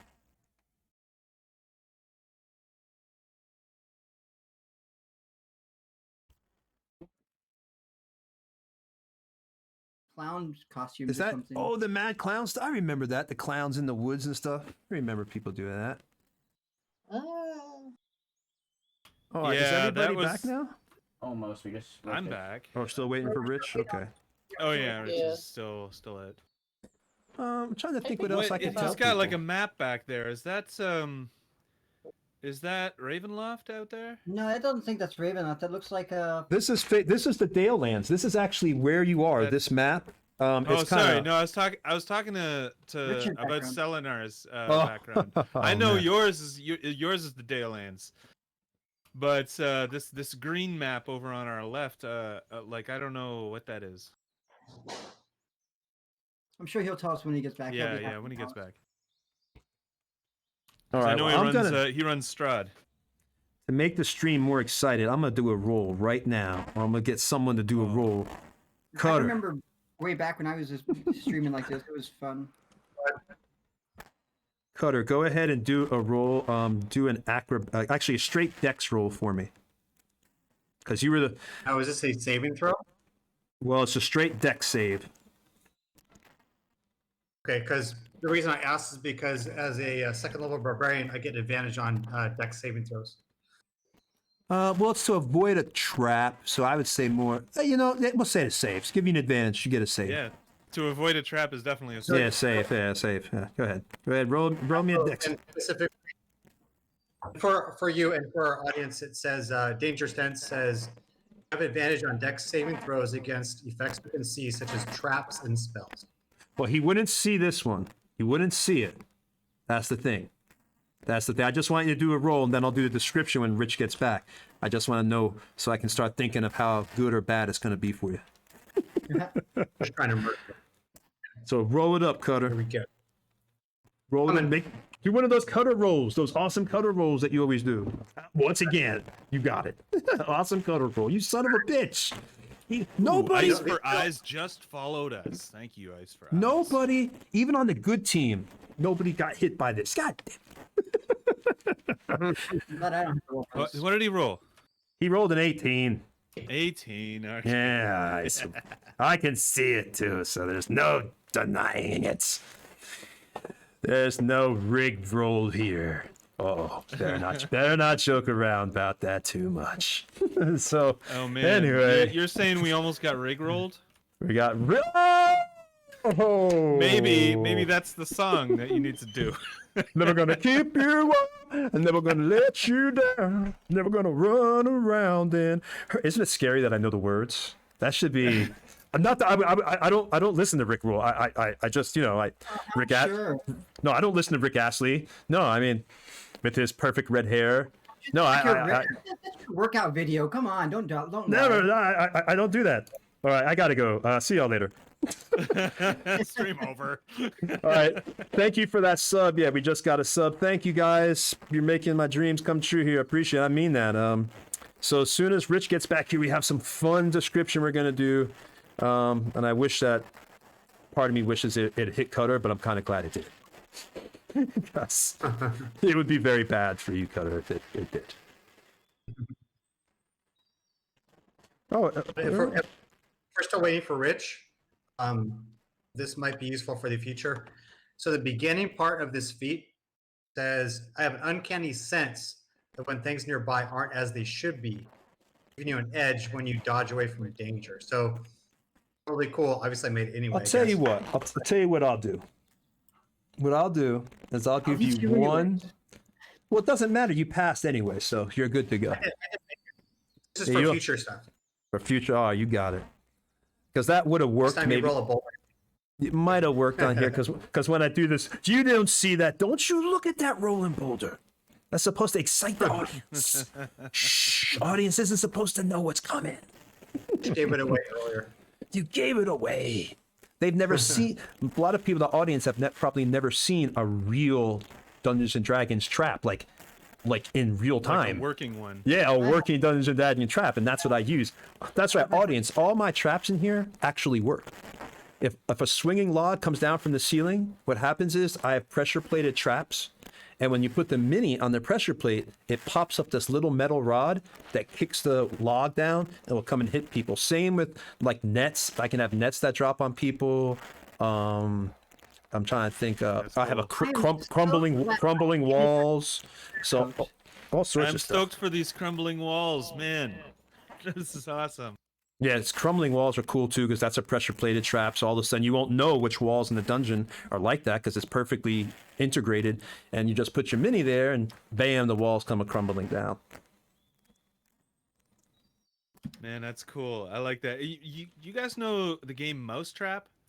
Oh, of course. Like I would remember that. set that up and just let it go. Like that was the whole game for me. Just setting it up and just letting the all the stuff happen. What is Rich doing? I'm back now. Yeah. Hey, Rich, we want to know what that map is in the background. Is that Strahd's place? It is. That's Barovia. Nice. I actually got the full-size map. My girlfriend and I got the full frame and shattered three panes of glass, actually setting up the full clouded imagery. Ooh. We actually customized all of the clouding that's around the map and laid that in cool. between the image and the glass itself. And apparently, we have learned that cotton is stronger than glass. Wow, I but guess yeah. it's stronger than I think then. All right, Yeah. so we're back. All right, Cool. so Rich, while you were Use that new element liquid glass. gone, Rich, just to let you know, I had Cutter roll real quick because he was the first to cross the bridge, and I wanted to wait to see if everybody made it across before I did this. But when Cutter first went across, this is what he had to deal with. So let's see. After he, of course, tied the thing, he turned around, and let's see. He was able to pass. So as Cutter tied the thing on the bridge, and as he turned around, he started hearing like a little bit of the rocks. At first, it was just a little pebble, ding, ding, ding, ding, ding, and then it was another little pebble, ding, and the dust started, coming from the mountains. And at that moment, Cutter saw this coming his way. Now, I don't know what view we were in, but y'all should be able to see this boulder come rolling down in real time. So Cutter was just, as this comes rolling down, it loosens from the mountain, and Cutter is just standing right here, but he's able to jump out of the way of the boulder, and he's literally laying down as this thing comes rolling down and goes right into the water and crashes into the river below. Cutter is shaken from this, obviously, and he's a little bit scraped up, but luckily his barbarian and elven agility just saved him. Oh, that's dope. this little boulder. Yep, so yeah, that boulder trap took me a while to figure out where I was going to put it to. So hopefully y'all enjoyed that moment of a boulder. All right, so it went on down, and now all y'all are across the bridge, and you can see Eagle's Eye in the distance, and you begin walking. Go ahead and give me another Constitution check, because now you've walked we'll say another hour or so, and Eagle's Eye now you can Really long see. bridge. Yep, you're right about near another bridge, and I'm gonna put you over there. Y'all can see that. Is there any masonry or anything along the way, or is it just a path on the side of the mountain? It's just a path you are literally on the edge of the mountain. You ever remember Lord of the Rings when they were climbing up that mountain? They basically had that little path that they just could stay on.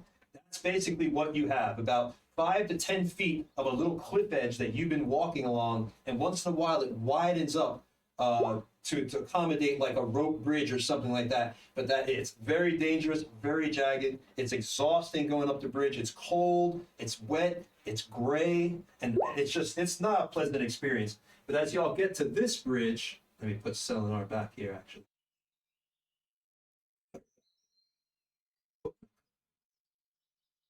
So I assume Cutter was once again leading the group because, he escaped the deadly Indiana Jones boulder trap. And now... Yeah. If I can make a request, I'd like to take up the rear, just because I've got that great dark vision, and we need some eyes at the back as well. All right. I'll stay right in front of him. What the heck are those things? Those warning signs? Looks like the bottom of a table. We have entered Aperture Laboratories. Apparently, Yeah. there will be cake. Apparently, I'm excited for the cake. I I hear will that the do cake is whatever entirely tests- truthful. Yeah, it's probably we're gonna get the cake, right? They keep saying Yeah, that. the whole thing. We're gonna get a cake. Yeah. That's what's up here. So I'll be right back. I need to use the restroom real quick. I'm Cool, sorry. Yep. So Tony, I have a level of exhaustion now. What? Oh yeah, this is one more hour, eh? A constitution check for me. Oh, I keep hitting this thing in my garage and it's hurting my leg. Hey, the stag's gone. That's awesome. All right, so let's see how tired everybody is. That's a 14 for me. All right. So you passed. So, I got 17. all right, so you wing passed. Cutter failed, it looks like, because he got a 5. All right, has anybody else failed besides Cutter and who else had exhaustion at this point? Oh, was it who was it? Was it Lucius? No, I passed. Looks like I got Okay, everybody. okay, all right. Well, Selenar's Pretty not got it. here. I don't think he's rolled. Sorry. He did. for- He has 16. Oh, he did. All right, okay, never mind. How did he do that? Because he's Selenar.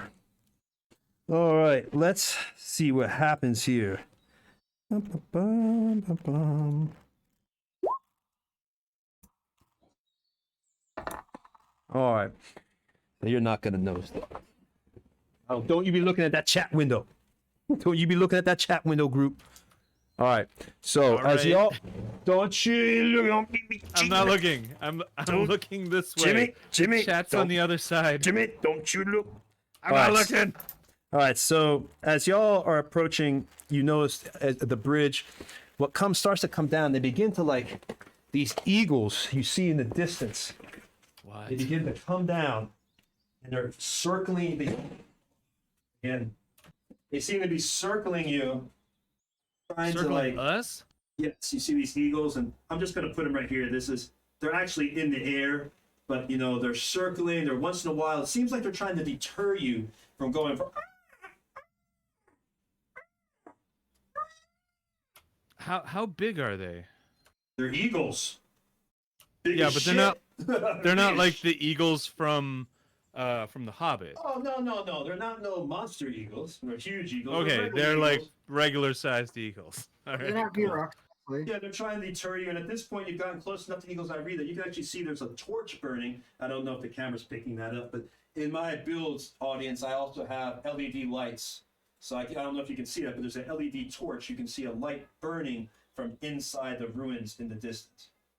So really, really good. And these things are circling around you at this point, and they're trying to come down and deter you. They're getting really close, but they don't actually hit you, but they're getting really close, trying to hit you. Like almost just, again, trying to deter you. Is there anything you want to do? Or do you want to try to, what do y'all want to do at this point? We'll start with Cutter since you're in the lead. What do you want to do? The Eagles are trying to bother you. They keep on, coming down almost like they're trying to peck at you, but they stop just short. They're almost like an extreme annoyance. I turn to the group and I say, and to protect something or warn us. I'm going to hold my shield up towards the ruins and kind of scan the horizon to see if I see anything. All right, so the Eagles, they're still flying around you and everything else. I'll put them back in the ruins, but they're still flying. Now you want to scan the horizon. Go ahead and give me a perception check. You're not going to beat it, though. Because they're in their natural environment. Good luck. If I actually see Cutter is scanning the horizon looking for stuff, I'm going to offer them guidance, which allows them to add an additional 1d4. Richard to his loves roll. to. Oh, God. Go ahead, Richard. Cast your guidance again. I use it all the time in freaking Baldur's Gate, for Christ's sake. All right, so. Yeah, rolling. It didn't help. Damn. All right. All right, so. What do your elven eyes see? It's only Man, a we 12 ain't found shit. I ain't seen. All right, so your skin, Cutter goes up there. He goes to look around the horizon, and he doesn't see anything because apparently, probably because the eagles, he's trying to see, but they keep getting in his way, and it's just basically he doesn't see anything that looks out of the unusual, other than the ruins in the distance of course, Eagle's Eye sitting there, slowly collapsing into the mountainside itself. Yeah, I feel like I would have my my short bow out and my arrow knocked, but not drawn, just down, and that's how I'm walking at the back of the party, watching these eagles, making sure they don't attack me or anybody else. All right, so you're going to head across the bridge then? So I turned to Yuri. I'm in the back, but yeah. You begin to head up towards the bridge. I turned to Yuri. Okay. Good. Yes. I turned to Yuri and I say, I don't see anything, but it could still be dangerous. You go first. I'm gonna do. Oh, thanks. I'm gonna do perception check. This is my active perception, not my passive. Because I. Is Yuri there? Hello. Yeah, she's talking. I hear you, Yuri. Okay. You said you're going to do a. Go on, Yuri. I'm gonna do a perception check, just to make as I'm going across, and I'm gonna hold my shield up, obviously. But I'm gonna do active perception just to see what the hell's going on, because Yuri, I don't know if the people in chat can. Can you hear me? Can you guys hear me? Hear you. Well, I can hear her. I hear her, but Yeah, she's pretty low, and we've already got our volume maxed out. When we get a soundboard, we'll be able to improve that sound. So, but that's another step. So, for now, Anyways, continue. go ahead. Continue, Yuri. Yeah, we can hear you. This is better. That's better a little bit. Go ahead. It's all right. So you roll a perception check for me. Yep. Because Yuri slightly does not believe Cutter from the way he was doing it. I don't trust you. That's going to be an 18. No, you don't. 2, so 16 plus 2. You don't notice anything out of the way. It doesn't seem, other than the eagles. They're circling and diving and coming all in. So I'm going to proceed across, but with caution, of course. All right, so you're going to try to cross as well. Is there anything anybody else wants to do, or does everybody want to try to cross the bridge at this point? I am covering her as she goes across. All right. Because there are airborne, possibly enemies. Possibly. You never know. Can't be sure, right? All right, so as y'all get on the bridge, I'm going to cast mage armor on myself. stop looking at the chat. I'm not. Nah, it's no word. All right, so as y'all start to get across, you hear. Don't move. Oh Stop. no! Stop where you are. Stop. And you notice these two creatures that look like they have horns and the feet of, goats and everything else. And you could tell, give me, Cutter, since you're the first person to cross, give me a nature check on this one. Man, those So, two I look was- pretty gruff, eh? I think Yuri's going across first and I'm behind her. Oh, Yuri. Yeah, Okay, whoever I was crossed first. first, give me a nature check. I'm sorry. Let me put Yuri in the. Got it. Let me put Yuri in the position.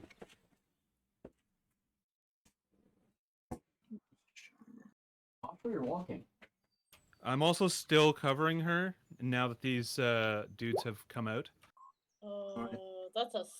Well, they seven. surprised you at this point, so you're surprised, but they're telling you to freeze. You know, you're right close, and they have you in their sights. So if you try to, at this point, you know, their bows are cocked, and if you were to try to move, you can tell they could just let loose. They are prepared. Your weapons aren't up, so they are Mine prepared. is. I specifically said several times that my bow is drawn, and so I'm covering her. Yours is up then. All right, so that is up. But let's see what happens. Would have theirs out as well, just because they see the birds. The birds. All right, gotcha. All right, so they got their arrows and everything cocked right now on or actually it looks like more like a bola. It's not even an arrow. You see, when you get a closer look, they have a bola. That's cool. Yeah, a bowl. It's basically a string with two ropes heavy balls at the end that they could throw. That would basically, you can tell, would wrap itself around the victim, which might be a bad idea. And it would hurt on too a bridge. because it hits you as it wraps around. So if it hits you here, I'll let you. Here, I'll put it in chat. Bludgeoning damage upon a successful hit, a PC must make a dex saving throw at DC 12. If they fail the saving throw, then the boulder wraps itself around the feet of the PC and they are knocked prone. It requires a full round concentrating or untying the knot to remove the boulder from their feet. I actually had to make this weapon, I think, because this didn't exist in 5th edition yet. Oh, really? I think I had to make the boulder. I can't remember when I was converting this adventure over. So at this point, they've got the bola, trained on you. And you can see they are ready to throw it, and the other one has a hand axe that it's ready to throw. So they're ready to chop you down. Freeze! I hope. What are you doing here? I'm hoping their eyesight is worse than mine. Let me know if Yuri says, because I can't hear her. Hello. Yeah, I hear you, Yuri. I hear you. Yeah, I think it's just Cutter who can't hear you. Yeah, just let me know what she says, please. Cool. That's a 17 for nature. She's rolling a nature. All right. All right. Well, you recognize these creatures then as a beastmen. They recognize these creatures as beastmen. They aren't known to be super aggressive, but they are known to be kind of like territorial. They're very close to nature. And they seem to be at a tense moment. The one asks, "What are you doing at our home?" And why? Properties. Answer now. What are you doing here? What is your business? I've come to harvest your. So Cutter will lean forward. I don't know if Yuri's talking or not. Cutter will lean forward, and he says, "Why don't you put down that bolo, or we will cut you to pieces?" You mock me in my man. You are mocking us. I still got my my bow my drawn. hand up between the both of them. Yes, very much. I'm making fun of you. Oh my God. Yuri was talking. Go ahead, Yuri. I'm gonna put my hand up between the both of them. I'll say, we're civil people. We're not animals. Leave with your insults. We are simply here to do a job. That is it. We just need to pass by, and we will cause you no harm. As long as you leave us unscathed. That is all. You look like intruders. We respect all life, but if you've come here to try to harm our eagles, we will fight. We will not let you harm our children. We are not here to harm them. We will leave them alone as long as you just let us pass. Then you are free to pass by into the ruins themselves. Tell us, what is your names? My name is Yuri. Hold on a second. I am Aranel, and that is my mate Cyborg. You are welcome to spend the night if you are here in peace. But know that we are not weak. If you try anything, we will defend ourselves. And they kind of like at that point, they kind of look you up and down, and they kind of just back away, and they're gonna let you cross over the bridge. And the other one starts saying, "Oh, go ahead." I'm gonna just nod my head in agreement as I start to cross, but as like a side note in my head, I'm not saying this out loud. This is more as I'm just saying this in my head. We're not here for them. We're here for someone else. In my head. And the one that mocked us must stay on the other side of the bridge for his insolence. Is there any possible way that you could, I don't know, forgive him? He's not exactly he's a little bit needed for this, unfortunately. If you were to perhaps part with some food, then we may be able to forgive. I say from across the bridge, I yell over, "I've got several legs that we could share."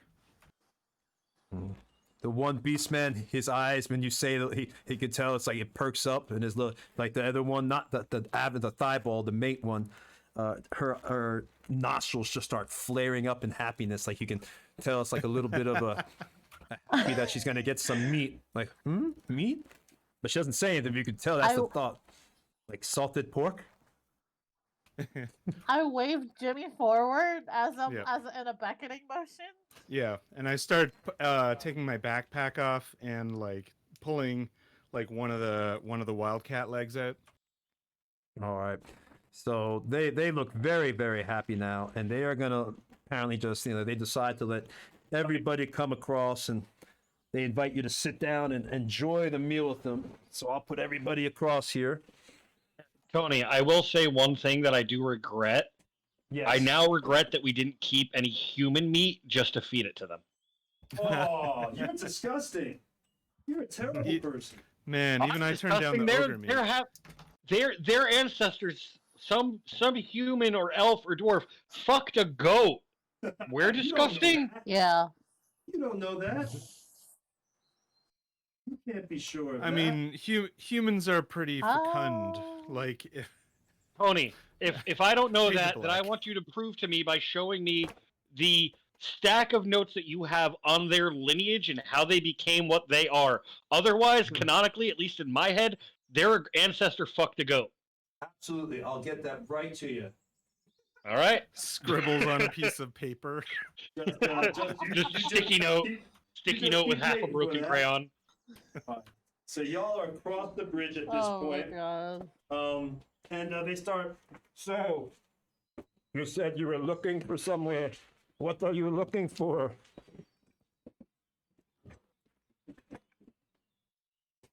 What are we looking for, guys? My mind is escaping me as I Well, they only know Yuri. This is not my beautiful house. Have you seen any dwarves pass by here? How did I get here? as kind of like me forgetting, I honestly have forgotten what the hell we're here for. Well, Cutter asked a being good really question. honest. He said, I think it was Cutter, who said, "Have any dwarves passed by here?" Not Yes, that have any we- dwarves pass by here? They come and they go. Not recently. They come in peace, so we let them pass. But not recently. What is it you seek? And as he's talking to you, you see Thighball come over, and she takes some of the meat that Jimi Hendrix gave her, and she starts putting it on the fire, and it's cooking up. She puts her nose over the spick that's holding the wheel. She starts turning the meat, and she looks at you and gives a kind of smile to Jimi Hendrix, like knowing that, understand that liking the meat. So Thighball looks pretty happy, and Avenel is still talking. We appreciate your hospitality and not attacking us. So many come up here looking for the ruins and think that we have treasure when we have none. We have been forced to kill before, but we don't like it. All nature is equal and should respect Faerun. I take a big bite out of this mountain lion leg and nod my head. I All right. agree. So, anybody else? What is everybody else doing at this point? Winged, what are you doing? Let's find out what everybody else is doing too. Winged was asking them if they've seen any dwarves pass by. Oh, okay. Well, yeah, he answered. Oh, yeah. He answered that question. Okay. Just want to Sorry, make sure. I think I That was a- accidentally that was a pushed no. the X button and dropped out. Did they say yes or no? Not recently. They said not recently. They come and they go. They come in peace, but not recently. And then they start thanking you for the hospitality. Okay. You must be looking for the ruins. Are we not sitting in ruins right now? This is the watchtower, but not many are aware that somewhere around here is an entrance to an underground lair that the dwarves would keep, but it has been forgotten.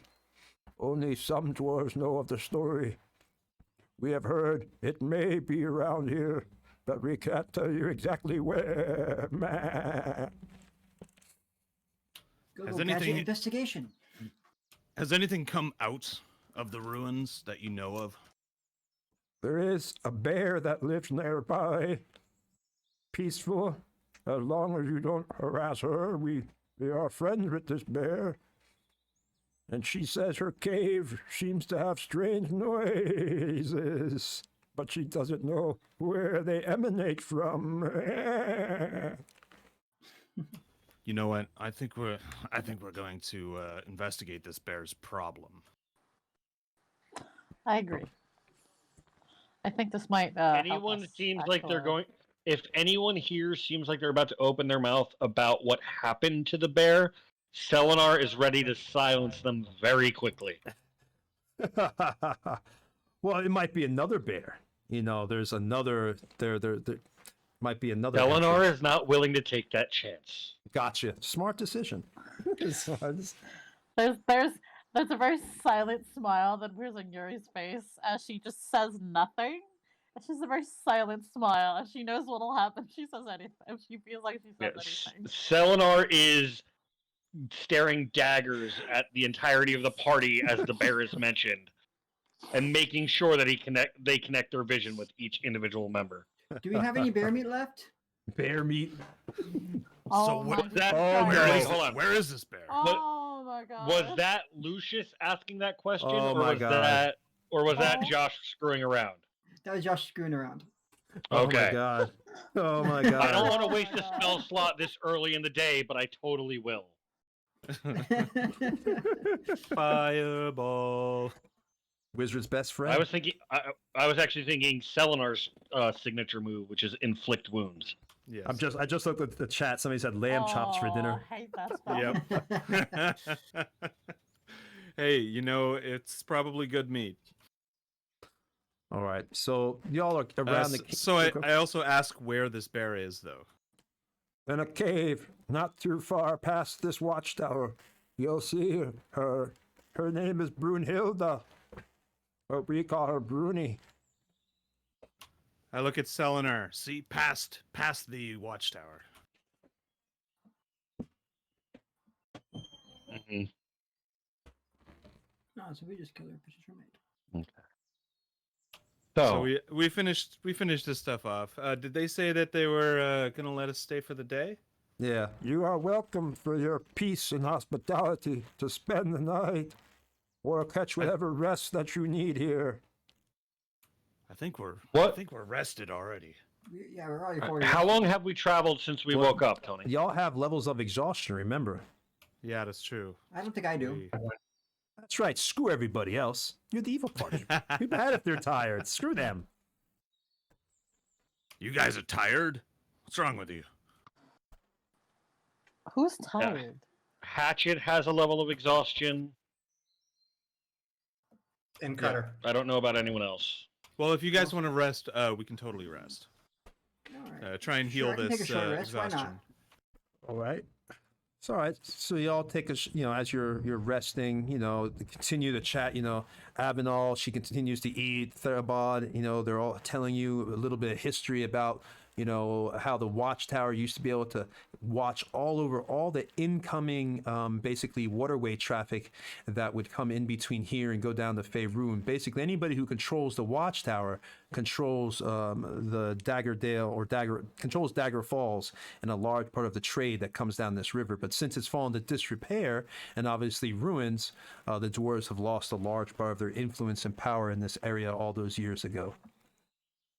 A little bit of history. And the day goes, you know, your rest goes by. No, nothing strange happens. You know, the eagles flutter around. You see them feeding their babies. That's why you can tell that they were so, you know, nervous, because you see there's a nest up there inside the top of the watchtower. You know, you see them feeding little fish and stuff that they caught from the river. Tony, you said that the watchtower is in disrepair. Well, it's in ruins. I mean, you can see it even in the picture here. You can see it's falling apart. It's crumbled. But at one time, at one time, it was, you know, a very powerful. You know, it sat high in this mountain. You could see everything. If an invading army was coming, you could see, you know, all the way down into the valley itself. So it's a very advantageous. Oh God, you know what I'm saying? Advantageous. It's now overrun with pigeons and beastmen. That's right. Well, 2 beastmen, and they got the eagles here, and they kind of watch out for the eagles. Yep.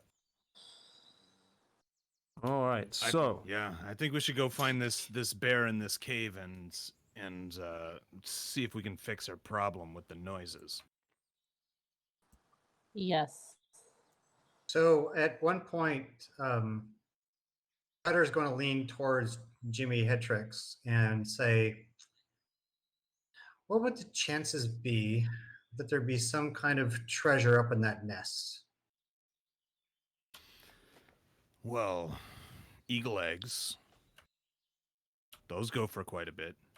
Okay. I experience there are many birds that tend to add many things to their nests when they're building them, especially the larger ones like that.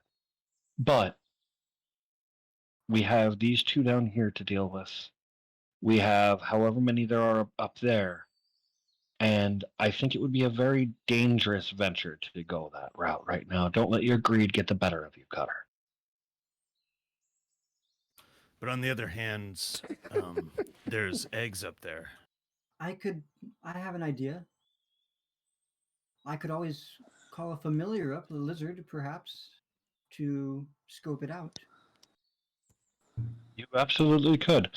And Jimmy, I still, after all of these weeks together, I still do not understand your obsession with food. You need food to survive. Yes, but you eat easily 3 times the amount that even Cutter does. It makes no sense. I've got to maintain my figure first, and second, it was a great gift for these goats.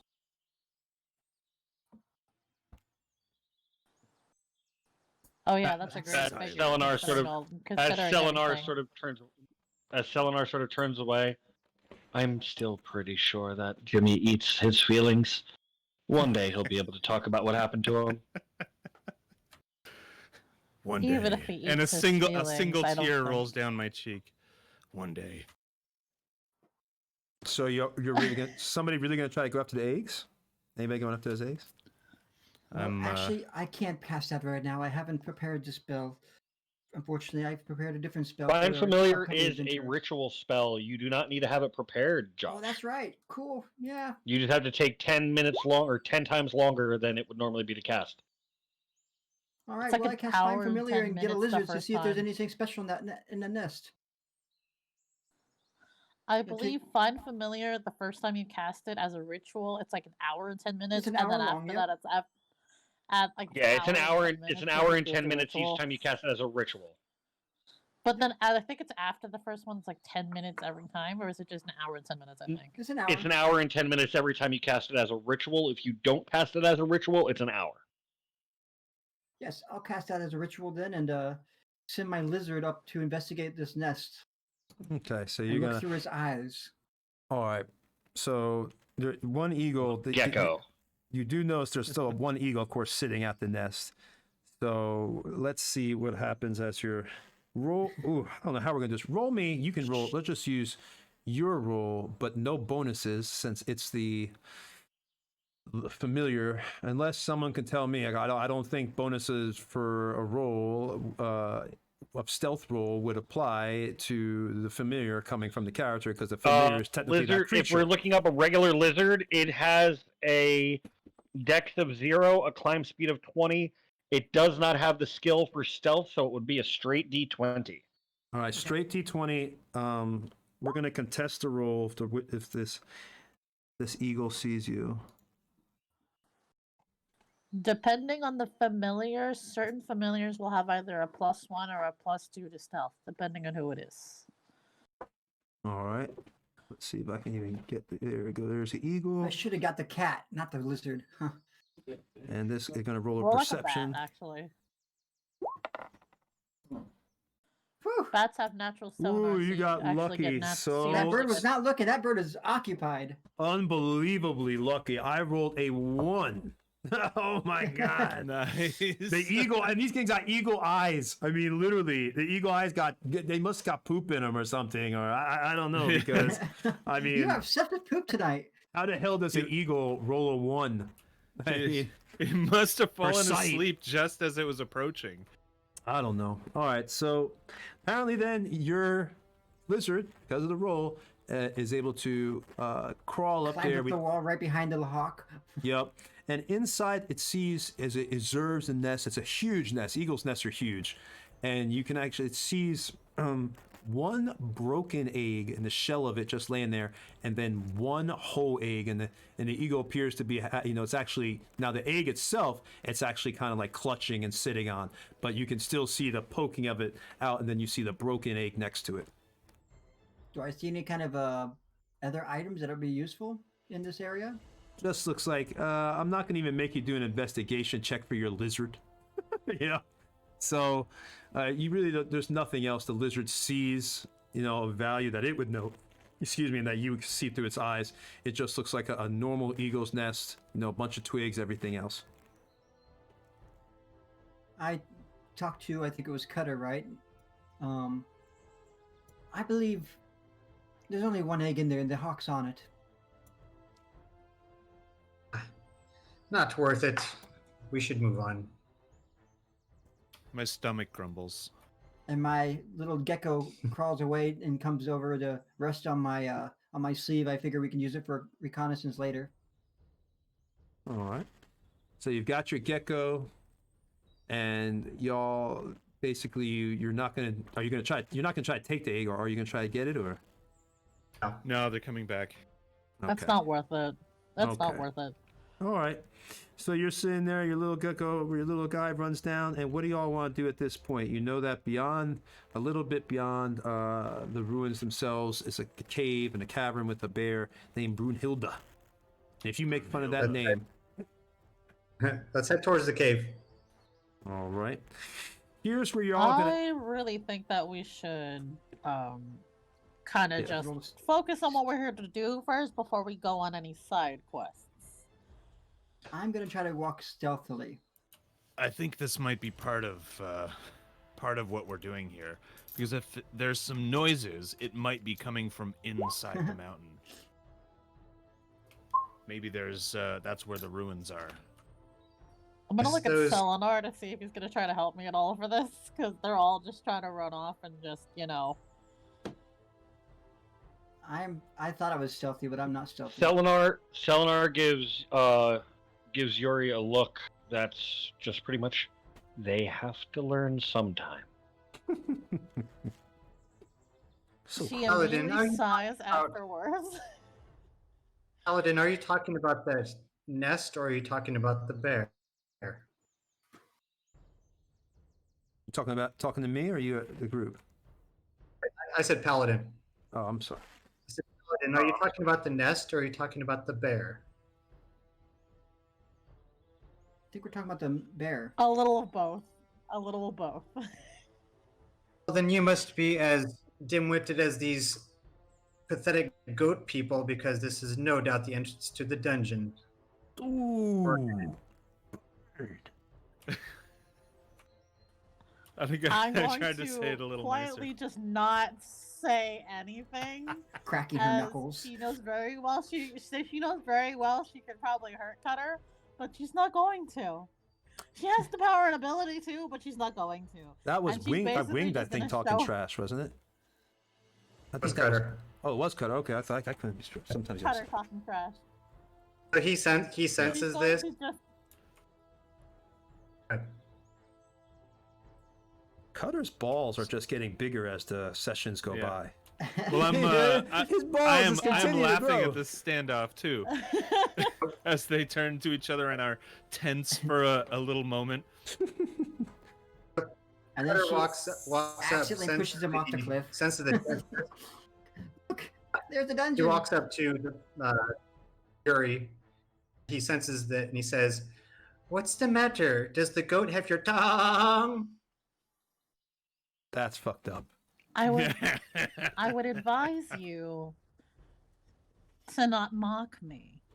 Yeah, we'll keep mocking the voice. Because I could very well, just as well use my weapon on you, but you know what? You're just not good enough for that. I could very well do anything I want. And I could very well just leave you all to die. But I'm not going to do that. Oh, you could start it all right, but it would end with my hands around your skinny neck, Paladin. And with that, I'm going to find some time to get my frustrations out. Away for a little bit. Lily So- just shows her weapon and she's basically going to smite a tree in frustration. If there are any trees around, we know there's wood. Around. There's that bridge out If there there. was- That'll be good for chopping. Or bridge. She knows even if she's angry, she would know very well not to do that to the bridge. Did I assume y'all are heading towards the cave that it said contains the Yeah, desert here's Northern? I'm definitely packing up for that journey. All right.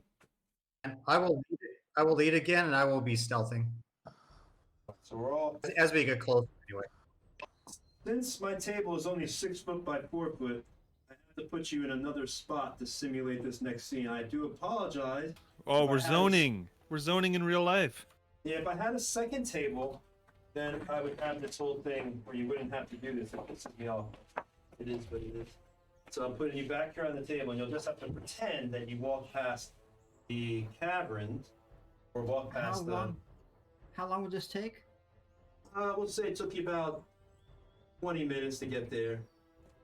Yeah, it was like Okay. just on the So other I side. still have of my the mage room. armor on. Okay. Yeah, it wasn't very far, but it was, far enough. And now the bear it seems to be outside. It doesn't notice you yet because it's downwind. You see it just kind of like in its little hole here. Once we get down here. Again, you're downwind, so it does not notice you at this point. I say to the party quietly, "Do you think it speaks common?"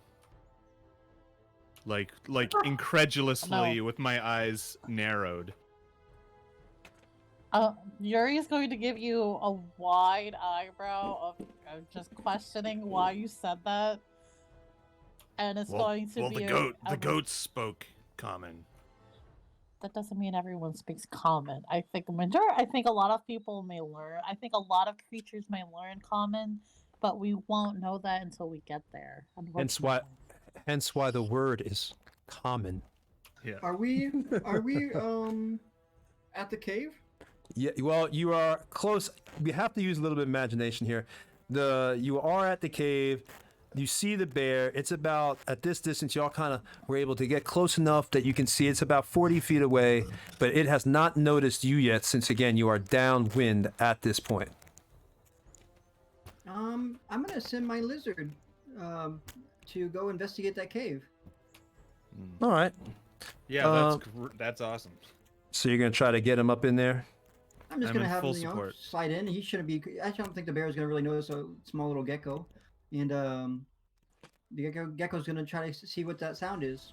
All right. Well, we'll do. The bear just has do a straight stealth for me anyway. Just that's because the bear has its own standard perception to see if it notices. So let's see. Where's the bear's perception here? Where is it? Where's the bear? I rolled a 1. Brown bear. I guess I knocked over a rock. Okay, so it notices you, and it goes to like kind of go bite your, creature goes towards it because right as it passed them. So let's Guess see. Gonna lose a tail. What do you say? I guess I'll lose a tail. Maybe. Let's see what happens. How much damage he does when he goes to bite you. Just a bite down on you. Do I have enough to try to escape so I lose only my tail? Say, but we can do that. A lizard, just so you know, a lizard has 2 hit points.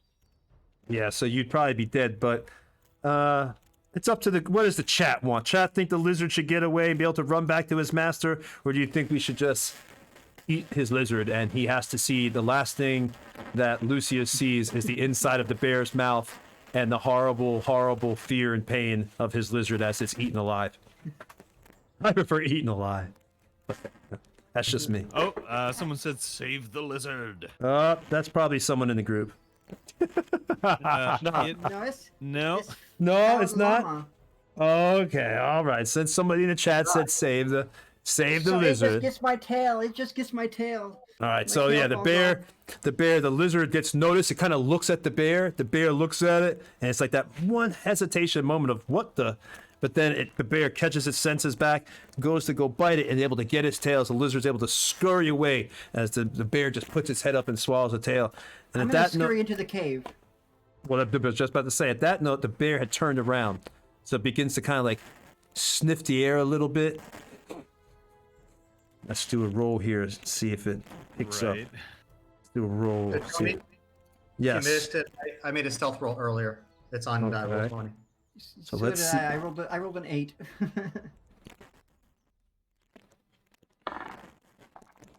I have been crouched. Pretty sure with everybody else. Pretty sure y'all gonna beat that right there. So, God, I'm rolling like ass in roll 20 tonight. Ass rolls. All right. Just give me poke for each person. You know what? No, we're gonna say that. I'm just gonna say it's the wind. The wind didn't hit the bear right. It was not able to smell you still at this point. So it begins to kind of walk towards the stream and everything else, and you see it kind of moving out of the way of the cave entrance itself. Mm-hmm. Great, perfect. I'm still behind my rock. I'm watching. Yeah, you're still hiding and everything. Y'all want to head into the cave? Well, I think the gecko's getting in there. Sure. The gecko's getting in there? Oh, I thought somebody said head into the cave. My gecko snuck past or ran past and went into the cave, into the dark. All right. Tony, Cutter is also going to try and sneak into the cave. All right, so I was just about to say, everybody was trying to sneak into because the bear's now walking away. Its back is turned, and you're still luckily downwind. So everybody just give me a... Whoa, we are so close. Yeah, it's because, well, use your imagination. I couldn't. I had to fit the rest of the stuff on my table. And I had to do it like this.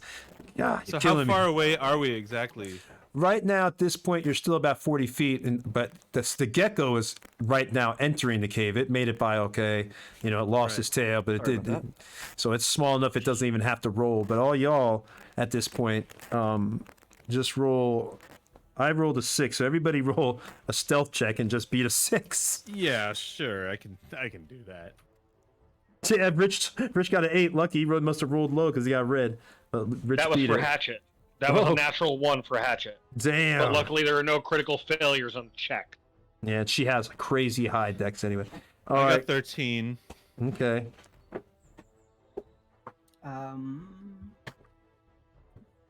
I'm gonna roll an investigation check for the lizard, and then my own stealth check.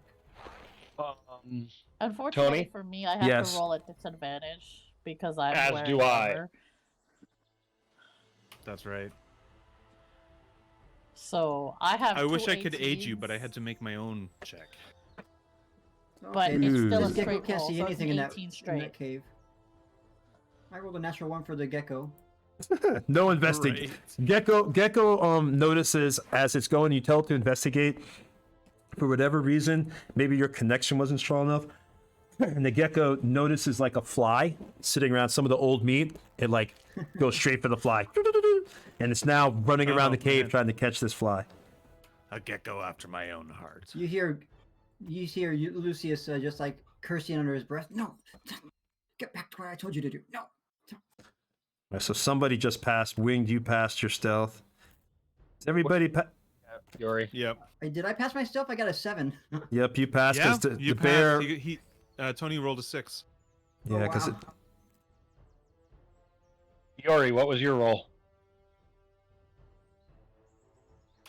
Yuri, Mine you wasn't. there? Oh, I had two 18s. Oh wow. Nice. Yeah, nice. Wicked. all right. So Well, Tony, hold Yes. on. You didn't get mine yet because I rolled a 22. I rolled a natural 20 plus 2. well, you're good. But Everybody's I have in there. disadvantage. Oh, Yeah, I you have have to roll a disadvantage because of my armor, and then I rolled a 2 plus 2. I got a 4. ooh. Oh, Well- Dun, dun, dun. Yeah. At least the lizard makes it. Everybody else is kind of into the cave, you know. But Selenar, at that moment, you know, he breaks a branch, and the bear, and it starts turning around. You know, it's kind of disturbed, you know, because it doesn't see like all y'all, because everybody else kind of made it into the cave. It just sees Selenar at this point. And it's staring at them. It's staring at Selenar. It's because it sees Yeah. you. So everybody else kind of made it into the cave.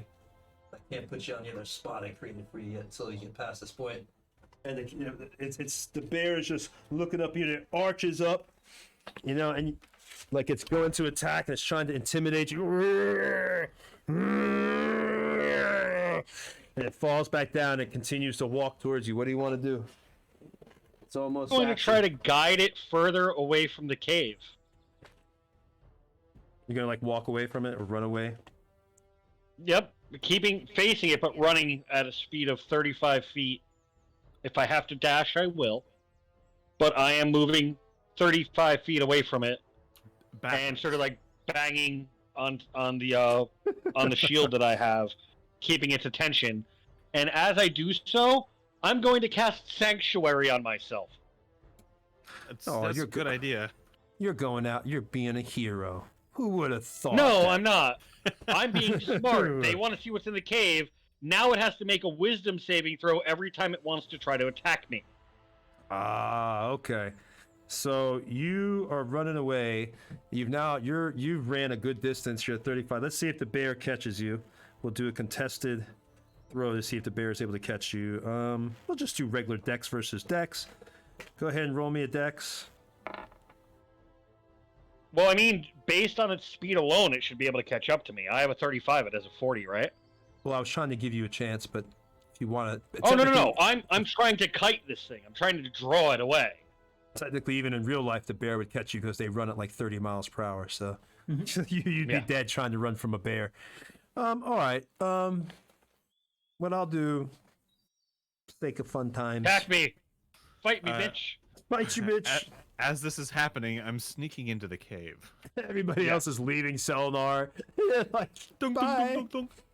All right. So, is there anybody? Let me just ask: is there anybody that's going to stay out with Selenar, or are they all leaving him to die? What? I hear him banging on the shield. I'm going to go out. Yeah, he's getting at a distance. Cutter, this guy as is soon running. as I see Cutter stepping out of the cave, I just wave. I've got this, and keep moving back. Right, because you're going to get you're going to get out of yelling distance soon, Rich. Just to let you know. That's why I yelled it like when I'm only like 60 feet away. Okay, so I'm saying, letting you know soon, you're going to be out of distance of everything. So I hope you got a plan. Hope you got a plan. Distance. Not infinite distance, but Tony, pretty far. Let me point out, I also have thaumaturgy. If I cast it, I can yell and be heard up to 300 feet away. Okay. Boom! Whoa. Bam. All right. Well, right now we'll say first round you were running. You're about 60 feet away at this point. Fully now, you've gotten, because the thing was about 30 feet, and then you really busted ass. So you're about 60 feet, but it's closing in on you. Bring it. Yeah, okay, it's closing in because you had gotten far, and for whatever, you're getting tired, and now it's about to try to attack you. Well, first it needs to make a wisdom saving throw. Its DC is Richard, 14. don't make me kill you. I don't like to kill my players. Go for it. No. First, you got to make a wisdom save before you attack. All right. Oh, you're in trouble. Okay. You're in trouble. Wow. All Okay, right. you're about to get hit by a bear. All right, and it's a multi-attack. Yep. The bear hits with one with Bears his... can open doors. Bears can open doors. I just saw that in chat. Can bears open doors? Yes. If Velociraptors All can right. in Jurassic Park, then why not doors? I like that All you're right. looking up bears.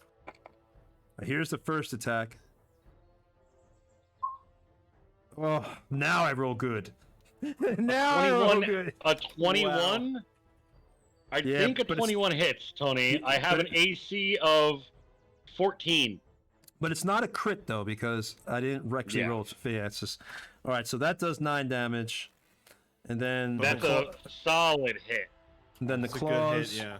And these are real rolls. Oh my god! 23. And I'm rolling this in roll 20. You can see the rolls. Wait, I can see wait. it. Tony, Yeah. before that 23 goes through, make another wisdom Oh, that's save. right. Wisdom save. Woo. Okay. Oh yeah, every single time. Woo. Okay. Okay. Well, Oh, there you go. So it's on every It attack. can't attack me. Okay, so it just got that one attack off of 21, and then you got the 9 damage. So now it's on top of you. Now you barely hear this from a distance. From just a distance, you can hear, it doesn't sound like fear, but you can hear Selenar like, just, grunting, fighting a little bit, Yeah. pushing off this bear. And you hear the sounds of the the growling of the bear, but very, very, very, very low at this point. yeah, but and it doesn't fades sound good. out as we leave him out there in the open. Damn, I'm And trusting you go the into fact the cave. y'all are harsh. All right. I'm So trusting the fact that He Cutter can went handle do it. something, or I He's have to told wait us for my he can turn? handle it. Yeah, he said he could handle it. So handle it. So, all right, so y'all heading into the cave? Anybody For saying sure, that? yeah. Yeah, I'm we're gonna come out there see and I what's in say, there. I'm gonna go out there and I I guess say, do you need so. some help? Oh, wait. Who's coming out? Wings? Lucius. Lucius Right. gonna try to save him? Well, he can't hear Selenar. you. He's fighting, and he's a good 60-some feet away, so you'd have to really yell, and he's in the middle of a bear fight. Oh. Oh, you're gonna cast sleep on it? Well, there you On go. both of them, probably. All right. So, all right. 33 hit points of creatures. So Oh it starts my- with the creature with the least hit points. I don't. I'm unaffected by sleep spells because I'm an elf. It will still affect. It will still. The numbers will still count. It towards does it. not affect me. It does not count me into the total. Well, unfortunately, and you can look this up in Roll20, and it will break your heart to see. But if you pull up Brown Bear, I'll give you permission to do it. Guess how many hit points a Brown Bear has? I'll tell you right now because you rolled 33. Just guess. 34. Yeah. Oh, shit. Well, there goes the waste his spell. All right, so Lucius comes out the cave. Cutter kind of like everybody else, kind of like eyeing Lucius, like, what? He said he could handle it. It'll be whatever, dude. He doesn't even like you. So, you're like, oh, I mean, really, you're the one that's saving him? Okay. So Lucius goes out there. For whatever reason, maybe he thought he can just use this to constantly brag and make Selenar feel weak. Then he goes to cast, the sleep spell. And of course, it's the nighttime now, so you see these sparks of blue and almost looks like starlight begin to form around the face of Lucius as he puts these misty whirls of blue and sparks come between his finger, and then he's able to push that. It goes almost like a cloud over and begins to settle on the bear. For a moment, Lucius thinks, oh, cool, it's a bear, but then just doesn't. The bear kind of like shakes it off and goes back to kind of clawing at Selenar. At this point now, Lucius, you can't really see as it's still 60 feet away, but you can see just enough that there's a big tear in Selenar's leg where the bear had taken its first bite and bit into his calf, and you see a little bit, but not too much, of the flesh, and there's a little piece of a vein barely bruised and kind of ripped, so the blood is becoming profuse. Oh. All right. So, and I'm checking for masonry in the back of the cave. well, here's the thing. You're heading into the cave? Yeah. Okay. I have to put you in another spot because I actually did create this part. It's going to be interesting because we got to have 2 cameras running over here. Yeah, we're splitting the party a little bit. Yeah, so is anybody, who else is going into the cave? I need to know. Anybody else going in? I am. That would be me. Everybody got silent to see what happens first if you die. That's right. Yeah. You can't. I'm not waiting for this to. No running in. Either you're going in now. This is a really good distraction for the bear. All right, so Yuri followed into the cave with Jimmy, as she trusts that there are 2 people out there to go help Selenar, but she slightly has a bad feeling. All right. So just you and let me move this camera. Just you and Jimmy, Yuri and Jimmy are heading into the cave. Yep, that's true. And let me move this over so we can see a view of you guys as well. Hatchet will also be going into the cave. Right, so the why 3 of not us. sacrifice somebody else's character, right? Hatchet will be staying with the larger group of the party. I'm joking, you tell me. I think The thing Lucius is gonna say, well, I did my best. Yeah. I had no That's about right. That's about right, Lucius. I was going to say, your character should not be coming out to try to save Selenar after the way they've treated you. Tried to put him to sleep, didn't work. Cutter might be going. Lucius is out fighting. Oh my god. I stand at the bottom of the cave, looking around. There's this, like, snake archway in front of me, and I'm like, my god, what is this? This must be the ruins. All right, so you all, let's split. I'm gonna have to do 2 party things as you walk into the cave. Let's see if the view. I don't know if you can see yourselves. Let's see where the camera's at, so I can make sure I'm talking about the right people. And he is moving it now, but I think there it goes. It might be adjusting. Okay, there we go. All right, so a little wobbly now because I was fixing it. But there it goes. So as you walk into this cave, you begin to see that mouth. That's not really there. Just pretend that's a solid wall. Oh, okay. Okay. Right. Just pretend it's because I ran out of some pieces. All right. So you're you see this open area a little bit in front of you. You don't obviously you have dark vision because you're a Duergar, so you can see that's a huge open area that lies before you. We're going to get that view for you in just a moment. Yeah, it seems to be like as you go into the bear's cave, when we get another camera here in a second, you'll see that as you enter the bear's cave, it opened up into a larger area and back, and you could smell that this is where the bear poops and everything else. You haven't actually entered that large area. You're just kind of like in this small bottleneck area about to walk into it. Looks like a larger open area. Right. And again, once we get the camera, we will have that for you and we'll pan out and you'll be able to see a larger view of the room. That's not straight, it's tilted. Right. And can I see the wall on the other side? We will. Like... We're getting it. He's adjusting the cameras now. Like I'm asking you, can my character see? 5, 10, 15, 20, 25, 30, 35, 40. Yep, you can see it. Right. Just a solid wall. I'm less excited about this then. Okay. I'm gonna move forwards and tell everyone to start scouring the walls. All right, you're moving forward? Yeah. Because I suspect that there's an entrance to the ruins in here. All right. Let me go ahead and read this to you since you're going in. Mm-hmm. Although most of the cavern appears natural, you find 2 small slots in the rock at the height of about 3 feet. something must lie on the other side. So like there was a little bit of a block, but you don't actually, you can't really get past it at this point. So you just see like this wall. Is it like a masonry wall?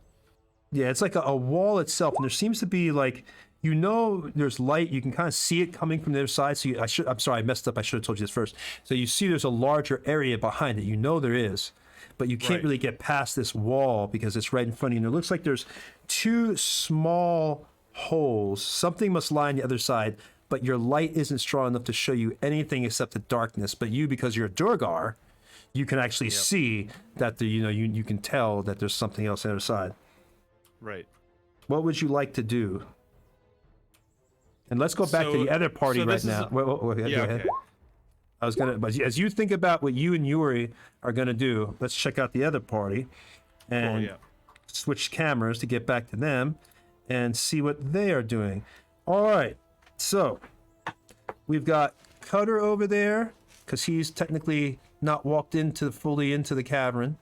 We've got Lucius, and we've got Selnar, and then Hatchet, of course, is over here in the cavern as well. That's right. So we've got all that right now. At this point, since everybody's, let's see how he dies. Let's go ahead and roll initiative at this point now, because now we're past that first kind of like surprise attack round. And 17. There you go. Put this brown. Big money, big money. Big money, big Yeah, Tony, prizes. I put it in the chat because I realized when I upgraded my phone, I didn't get everything transferred properly. It never added the shield to the character sheet, so my AC is not a 14, it's a 16, which doesn't matter because you rolled over 20 for the attack. Yeah, so I was just thinking, I thought I rolled higher than that. All right, so yeah, but it might matter later. Oh yeah, remember, because I'll forget. I'll forget for sure. All right, initiative. Let's roll my initiative for the bear. Is Cutter out there with him still? Cutter, yeah, but he's not engaged in the battle. He's kind of like at the edge. Okay. So Cutter's probably just going to let you die. Cutter's not. I doubt he's going to help. He doesn't give a shit about you. he's probably going to eat you. Or... He rolled initiative, and he is in the entrance to the cave. Once he sees all hell breaking loose, he knows this is his healer. And if there's anyone he considered brethren because of race, it would be Selenar. So he will be a part of this battle. And I rolled a 5 initiative. Okay, so you're going to attack? Eric, it's nice that you're saying all that, but we both know the truth. It's just because Selenar has bought and Cutter wine multiple times. Oh, that's true, though. Hey, aren't you glad he's an alcoholic? He should be I'm his dealer. Even more so, he feels the bond. That's true. It's a alcohol. All right, so Cutter's a 5. Selenar, you're a 17, right? Yep. All right.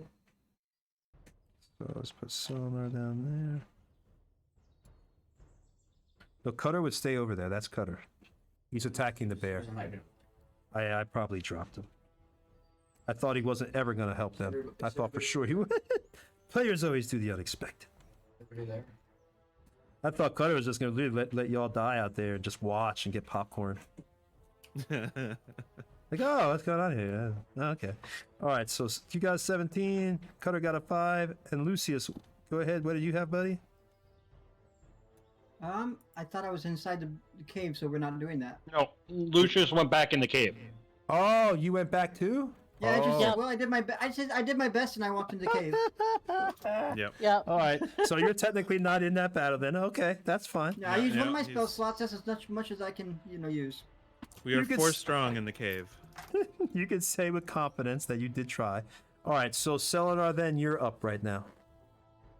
Bonus action, Shield of Faith, giving me an additional +2 to my AC, making it an 18. Bam. Do it, baby.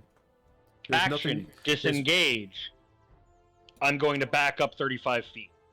Okay. And I'm still keep kiting banging that on my bear. shield. Yep. So you're still drawing him in. Okay. So the bear is going to follow you then. All right.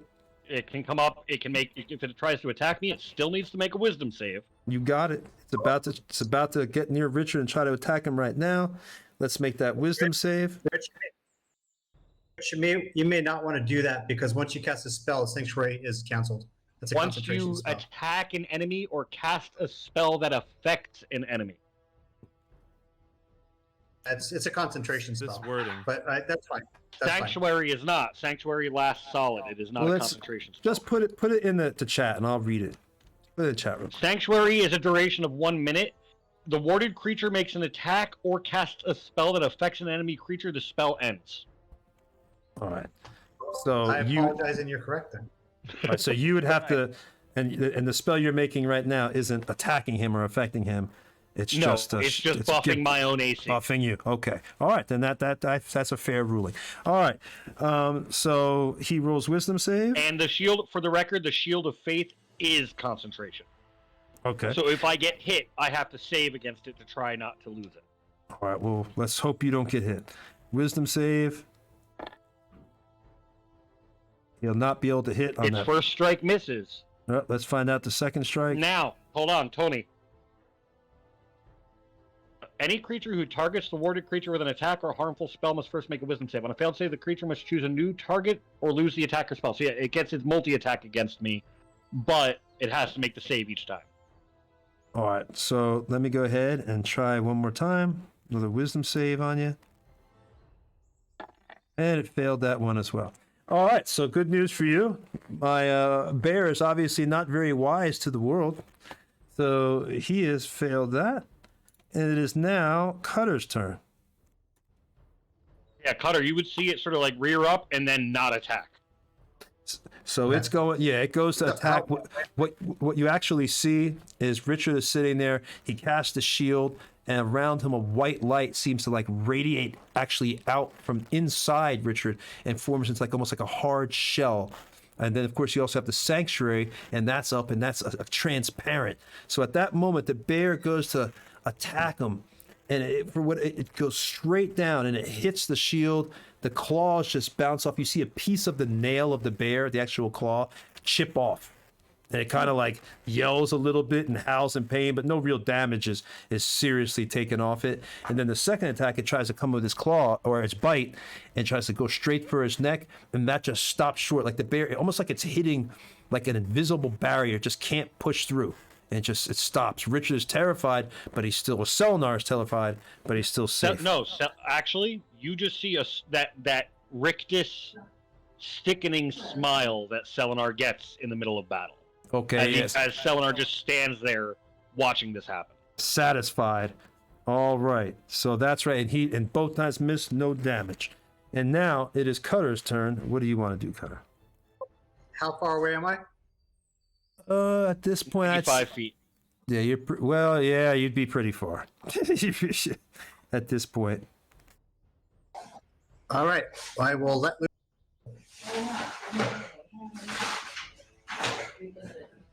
I'm sorry, I didn't hear you, Cutter. What did you say? So, I'm going to let loose with an arrow. Okay, go for it. And what's your range on that arrow? Pew. It's a longbow, whatever that is. I don't know. That's like 240 feet or something. Yeah, you should be fine. I don't think there's any negatives on that. All right. Going to hit. 13. That hits. Go ahead and roll up damage. Okay. Okay, so it's a D8 for longbow, right? Plus dex? Yeah. I think it's a D8 for a longbow, isn't it? Because a short bow is D6. It's a D8, yeah. Yeah, short bow is D6. 6 points. Do you have any bonuses on there to your damage from your dex? I added it. Oh, okay. All right. 3 plus. All right. So your arrow, do you want to describe it or do you want me to describe it? It's not dead. It's not dead. Yeah, so he walks up next to, actually slightly in front of the wizard, and he quickly pulls his bow out and lets loose, and then he calls out, to get its attention as well. It's far enough away, he can't attack me this round. You're doing a barbarian yell? I was imagining Xena's battle cry. That's it.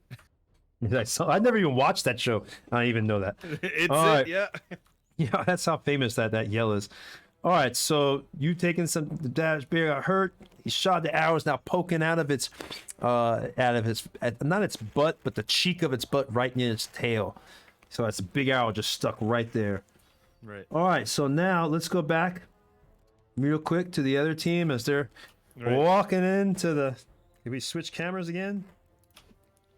So just let me get this straight. In front of me, there, like, as part of the wall, it looks like it's masonry, and it looks like there's something on the other side because of these two holes.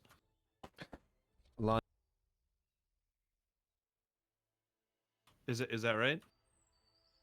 Yes, I'm sorry. I was telling Lion to adjust the camera. Yes, you look. There's two holes.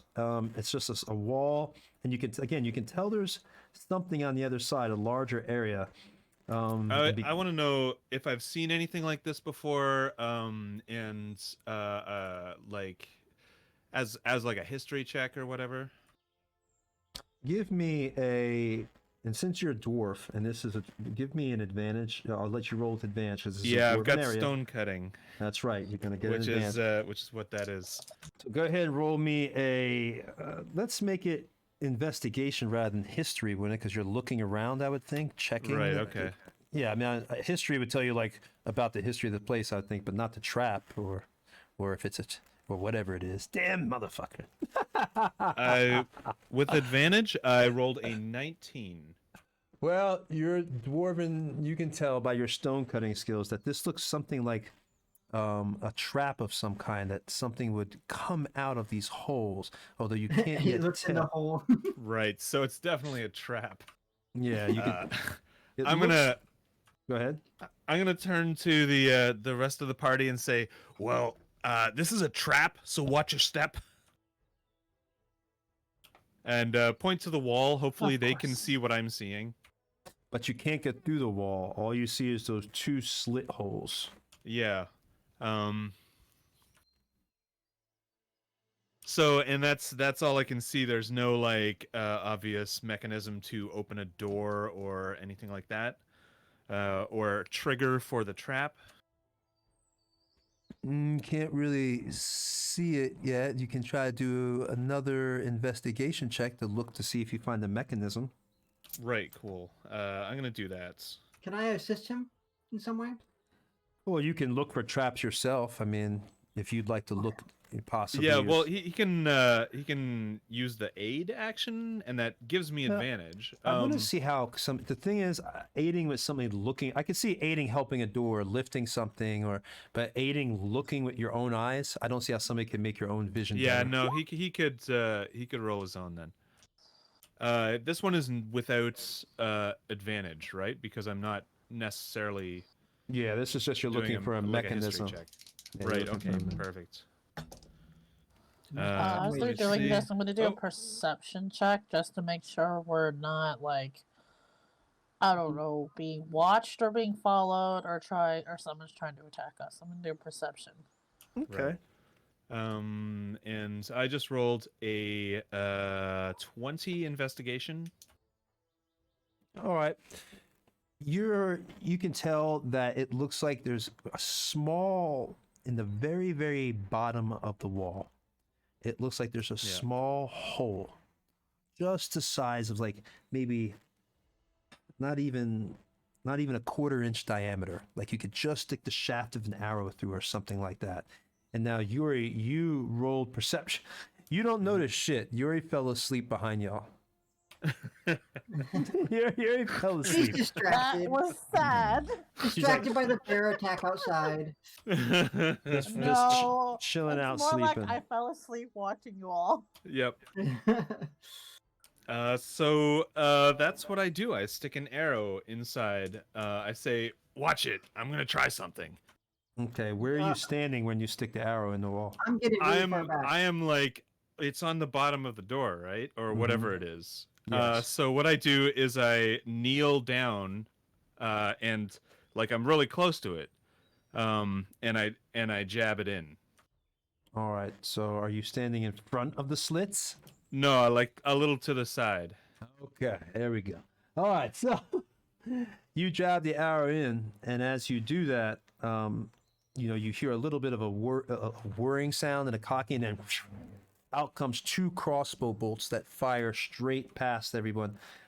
If anybody was standing in front, they would have been in trouble. But luckily, it went straight past you because you're able to set it off without actually standing in front, and you got there.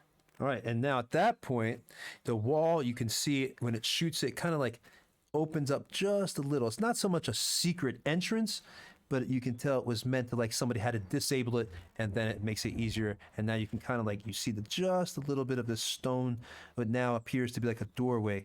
Open up a little bit more, you can get through. The camera of imagination is on the other side of the door, watching us open this door, and then cuts away to the other party. I think they've been neglected. Yes. Well, let me make sure anybody else in here. Hatchet's not doing anything. Yuri did something. Just sort of being quiet and watching, and then moving on after that. Okay, so everybody did what they were supposed to. Everybody had a chance to do something in there, and now we'll go back. You can switch back to the other camera angle. JC. Yeah, it pretty much, if Raven, if Hatchet needs to do anything, they are also a rogue. I believe they're also a rogue. I might be mistaken. Yeah, no, they're a rogue. She's so a rogue, I think, yeah.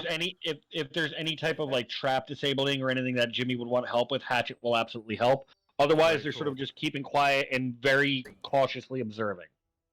Right, cool. All right, so it is now Selenar's turn again.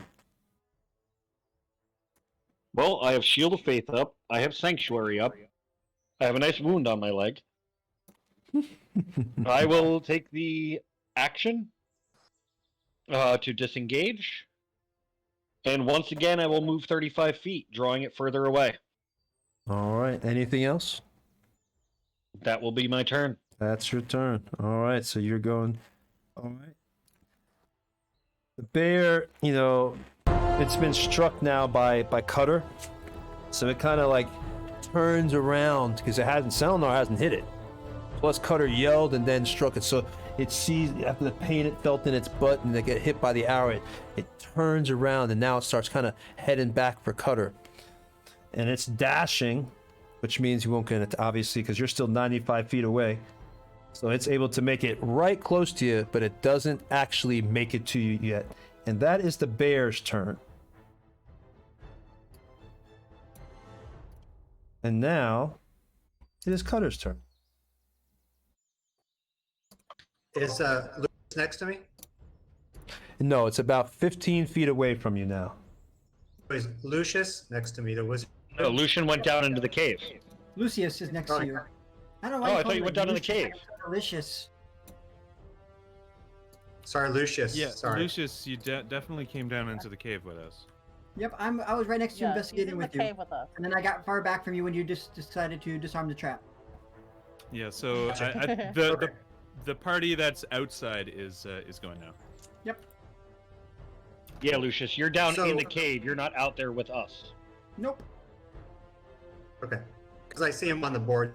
That's why. So yeah, I'm gonna take him off the board so you don't get confused. Go ahead. Cutter smiles to himself, drops his bow and pulls out his shield. Actually, in his battle axe. And it takes an action to equip a shield. Takes an action to equip shields? It does. And does it take actions to equip weapons or just shields? You can interact with one object for free on your turn, such as drawing a weapon or a shield. Any other object you try to interact with requires your action. Perfect. So I will draw my shield, I will run forward, and I will dodge. Oh wait, that's an action, isn't it? Putting on your shield is an action, and dodging is also an action. Unless you're a rogue with cunning putting action. on your shield was a free action, though. No, putting on a shield, taking a shield off or putting a shield on is an action. I thought Cutter already had a shield. But he wasn't equipped. He didn't have it their equipped. shield out, but Cutter just used their bow, so they couldn't have a shield on their own. Yeah, he couldn't equip the two-handed. Bow is two-handed weapon. B, I'm going to move back. I can move a full movement 35 and still attack, correct? What'd you say? You still should have your movement, so you can do that. Yeah, for sure. Shaky cam. Okay, you said he's 15 feet away, right? Yeah, he's 15 feet away. So if you move your 30, that's 45. Okay, perfect. Perfect. All right, let's give it a whack. 20. Here we go. This time. What'd you get? Only an 8, so I missed. Yep. All right. So you go to shoot your bow again at this creature, or you're putting your arrow on, right? Or you're keeping you were shooting a bow. Okay. So you go to shoot your bow again at him, and it just goes whizzing by. It actually catches the fur of the bear, and it's crazy. The arrow was so sharp, you actually see the little bits of the fur fly into the air and gently go into the grass as the arrow just goes by, and it continues all the way, and you see it kind of splash into the river all the way back there. All right, so now we could switch back to the other party because they are inside there. So at this point with the other party, what do y'all want to do? See? The door, you open this area and you are able to see inside here a large open area, kind of like I described before. It's the same thing, about 5, 10, 15, 20, about 45 feet across. It's the beginning of a large open chamber. And this is past the secret door. That wasn't really a secret door. It was like, well, I guess you could call it a secret door. I mean, it was kind of hard to detect. It was a trap door, but a trap door. Trap door, yeah, same thing. All right. All right. I turn to the party and say, so should we wait here or should we go back and get the rest of them? Oh. I already did what I could.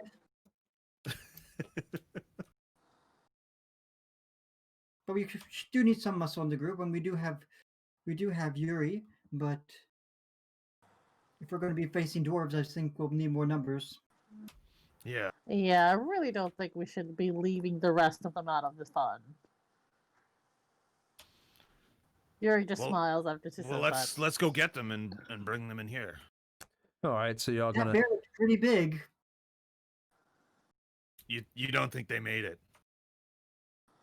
I think they're taking a little too long for them to make it. Although I do trust the fact that Selenar and Cutter can hold their own, I believe we need a little more number in our favor.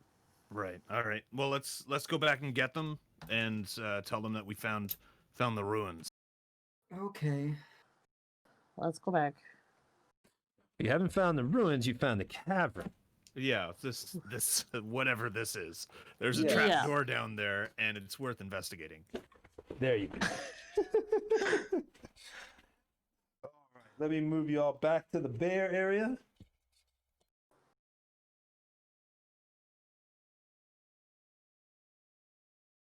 You know what? I'm just going to leave y'all right where you're at because you'll be coming back here anyway, so there's no need to... Yeah, no need to we'll move just away. be in the mouth of the cave. Be in the mouth of the cave. Yeah. And people have to use their imagination just slightly. Okay, so if you're going They're back coming out out, Spanish Inquisition style. let's roll an initiative then, because I assume y'all are going to attack this bear, unless you're just going to go to watch. I don't know. We could just call him Bundy and say, Bundy, come on, calm down. You don't have to move him. Fine. All right. He is on it. That'd be wicked if we walked out there and one of us had like speak to animals or something. Oh, if one of y'all had been, one of y'all should have been. Say, what are you doing? Stop. That's our friend. What of y'all should have been a so druid you're or a gonna need ranger? Initiative, right? Yep. So initiative. I'll throw mine. And that is 17. 17. Holy shit. Got a That good one for 22 is hatchet. Yep. Sweet. All right, Yuri, what is yours? If you're helping. One. Ouch. Lucius, I'm what's using yours? a roller on roll 20, Yeah. Mine so was a it's not 15. been in my favor. You said 16? 15. Young. 1-5. 15, okay. Yuri. 15. Yuri, Yes. you didn't roll properly. Yeah, you have to add What do you something to mean? it. 1 space D20 is just a 1. It should actually show the full formula, but it's not showing the formula when you highlight it. It's because I don't have anything else besides I'm using D&D Beyond for my character sheet. Okay, but you see how I just rolled it in the chat there? That's literally Yeah. because you put a space between the 1 and the D. So it's just rolling 1. It's giving you the sum of 1. Yeah, see? So it has to be 1d20 no space. Yeah. Okay, Did she still just roll a 1? I'm sorry. No, She literally rolled it just the wrong. number 1. Because you literally typed in roll 1 space D20 instead of roll 1d20. There you go. Good eye. I didn't like notice. typing. Well, that helps. That have been the first time that I got a natural 1, considering the fact that I've played a cleric and every initiative is -1. All right, so the order is Hatchet, Selenar, Jimmy, Yuri, Lucis, Brown Bear, and then Cutter. Yeah, I've got the 17.15. I mean, y'all got. I didn't put that. Y'all can decide who, because 17 is all. Whoever wants to go in that 17, y'all can decide. Right. Okay. All right.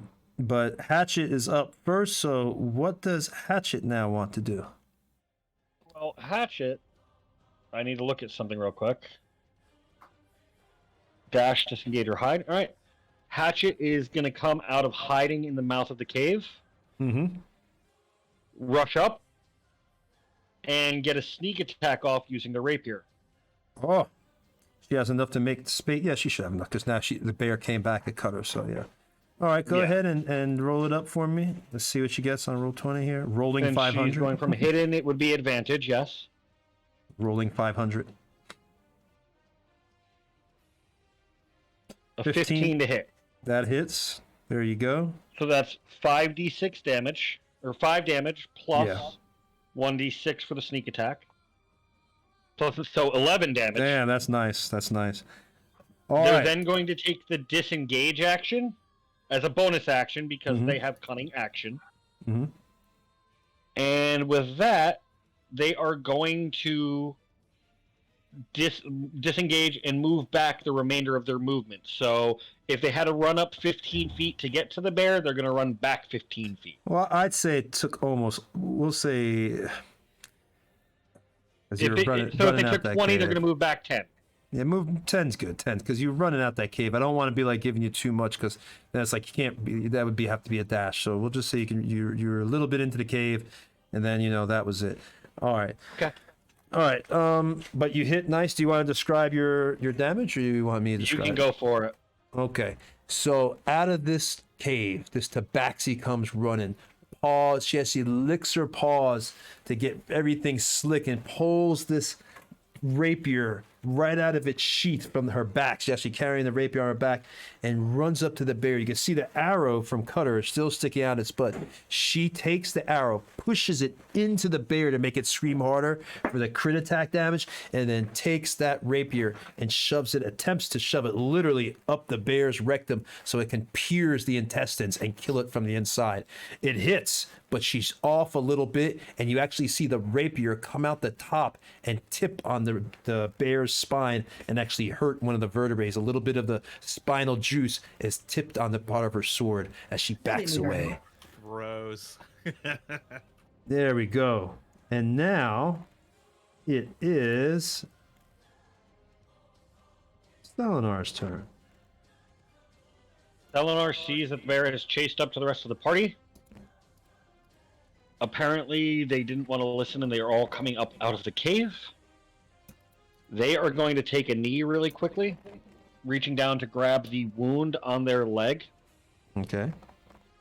And they are going to use their last spell slot to cast Cure Wounds. All right. Roll it up. How much did you heal? Oh, that sucks. I rolled a grand total of 6. So I'm still down. I'm not full, but I'm better than I was. Better than 0. Better than 1. All right. So Selenar has healed. And then Selenar is going to use their movement to move forward 35 feet. Gotcha. You're just all right. So you're just trying to get closer. All right. So you're now about 60 some feet away from them, I'd say. Yeah. All right. All right. So you cast it. You see the white light comes from your hands, and you place it on your leg, and you actually see the wound begin to close up. It's almost like Wolverine when he heals, and you just closes right up, and the blood and everything stops. The vein, you actually see the vein reconnect, and the circulation of the blood. You see the last thing you see is your wound finally close up, as the circulating the blood going through the vein itself, pumping and making your leg strong again. All right, now it's Jimmy Headtricks. I've got my short bow. This bear is quite far away, isn't it? How far? Like 100 feet? No, well, no, because it ran back towards Cutter. It's Oh, right. So it's 20 feet from the mouth of the cave. Yeah, about 20 feet 20 from the mouth. feet. All right. No problem. I got this then. Got that. Because short bows do actually have fairly short range, just shooting normally. But yeah, is it in combat with someone? It's in combat with Cutter, right? Yes, it was trying to attack Cutter earlier, yes. Right, okay. So I'll get my sneak attack if this hits. Do it, man. Oh, that doesn't... I don't think that hits. Hold on. A 5 plus 4 is 9. No, that does not hit, unfortunately. Boom. Oh, no. Okay. I'm surprised. None of y'all were a druid or a ranger. That's funny. I couldn't remember. So I yell out, there's a trap door in there with a secret cavern. Just as I shoot the arrow, and then stay there. Everybody's fighting. Get in here. Oh, actually, I'm gonna use my movement to climb up this cave here, the side of the cave. All right, so you're now kind of the top. elevated and everything near the tree so up there. maybe if I've got the high ground, I can get advantage depending There you on go. DM. I think we decided that that's possible. When you have high ground, you get advantage because there's nothing wrong with that. But just enemies will get it as well when they have arrows. All right. So now, Jimmy Headtricks, you shot your short bow. You come running out. There's Jorgar. Little legs are pumping, stumpy little legs bumping, running out. Goes to shoot the short bow, and just I guess for whatever, even though it's nighttime, you just weren't paying attention, and you just weren't holding the arrow in the bow as tight as you should, and it just flimsily shoots, and the arrow kind of wobbles through the air and just totally misses the bear and just thunks right into the ground, kicks up a little bit of dirt as it does. All right, so I feel like the even the moonlights, my eyes would need to adjust a little bit to it. Eat me eyes, me eyes. Yeah, and then I elevate myself. So go ahead. All right, so now it is Yuri's turn. Yuri is going to attempt to try to help them, as she probably realizes that they probably should have just continued on at this point. But no one ever goes by the book of these things, so she's just going to try to hurt this bear. So she's going to use her movement. She's going to go right up to the face of this bear, and she's going to smite. Smite it. Great smiter. Oh, great smiter. Nobody but Bruce Almighty? Okay. I think you're the only one. What? You're Canadian, and he's from Canada. That should be like a national hero. Bonus action? Actually, no, actually. So that's going to be 2 plus 1 for the weapon. So... Did you hit? Were you actually able to hit it? Sorry, that's 16 plus 4, so it's a 21. Oh yeah, you hit, that's for sure. Okay. How much did you smite? We will see after my damage.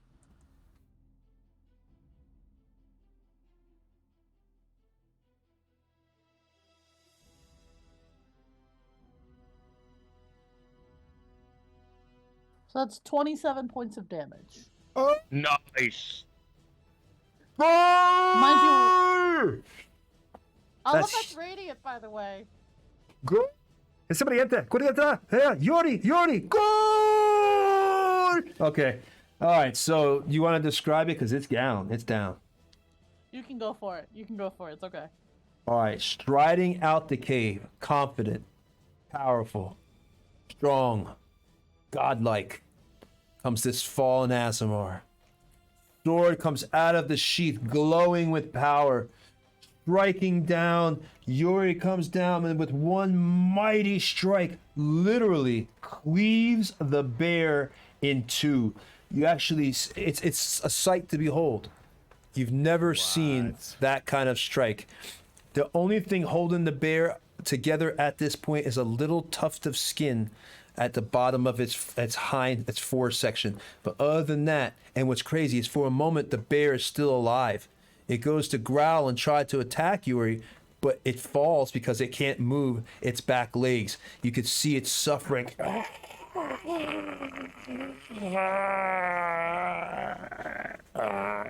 And then it just expires, and blood and guts begin to spill all over the grass. There's a stench as the last little bit of fecal matter and piss within the animal is released upon its death.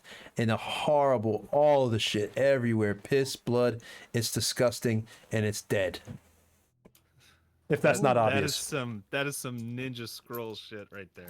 Yeah, that's not obvious. I love that movie, Ninja Scroll. I've been trying to tell freaking JC to watch that movie, all these classic animes like Akira and Ninja Scroll. And he's like, he's not interested. He's interested in the new stuff like that. Attack on Titan, which is actually really cool. Attack on Titan is an awesome show I've watched with him so far. All right, but anyway. Yuri. All right, so Yuri, you brought it down, and it looks like, we're going to end it on a cliffhanger. Because that fight is over and it's now 9 o'clock or a little bit, so we're about to end. But you are all right at the beginning of this. This looks like you opened up a little area into a cavern. Yep, into a cavern. But who's to know what lies in this cavern? What's in here? It's probably the ruins. Who's to say? Who's to know? Find out next Friday, because we will be actually running the Evil Team again next Friday stream. And don't worry, if you're thinking they're not going to pay for that murder and cannibalization, it's coming. It's coming. All these people in this group should be afraid. See, Rich thinks he knows that what's going to happen. He don't know.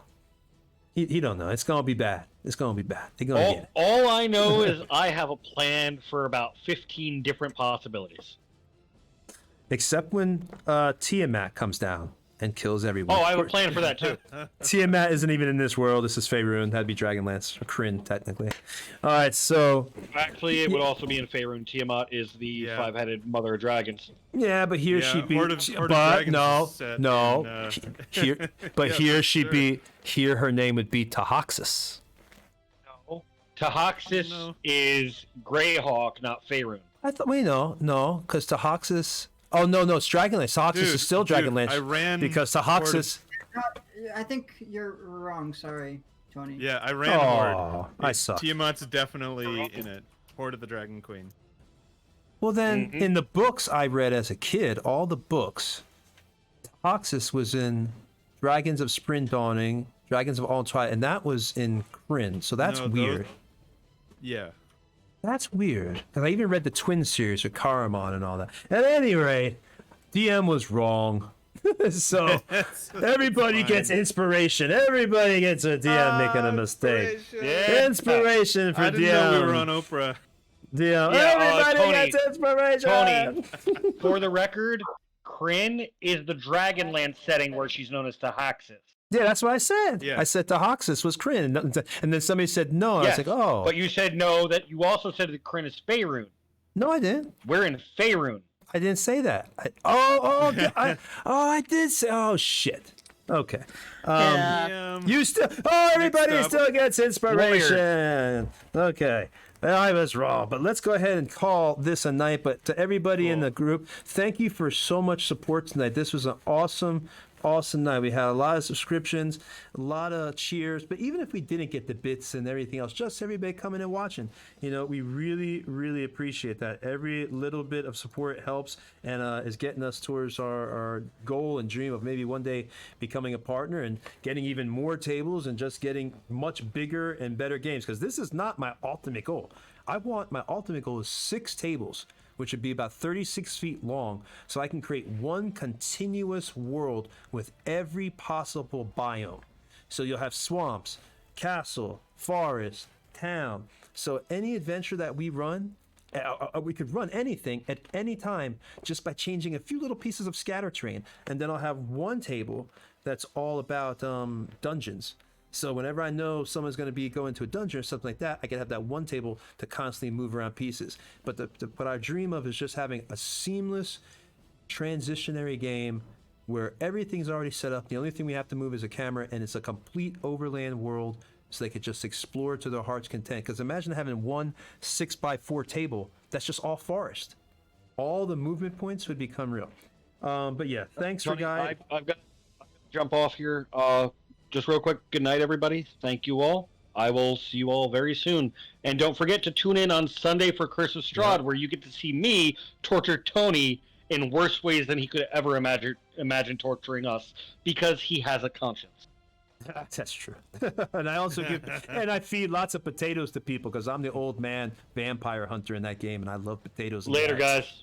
See you later, Rich.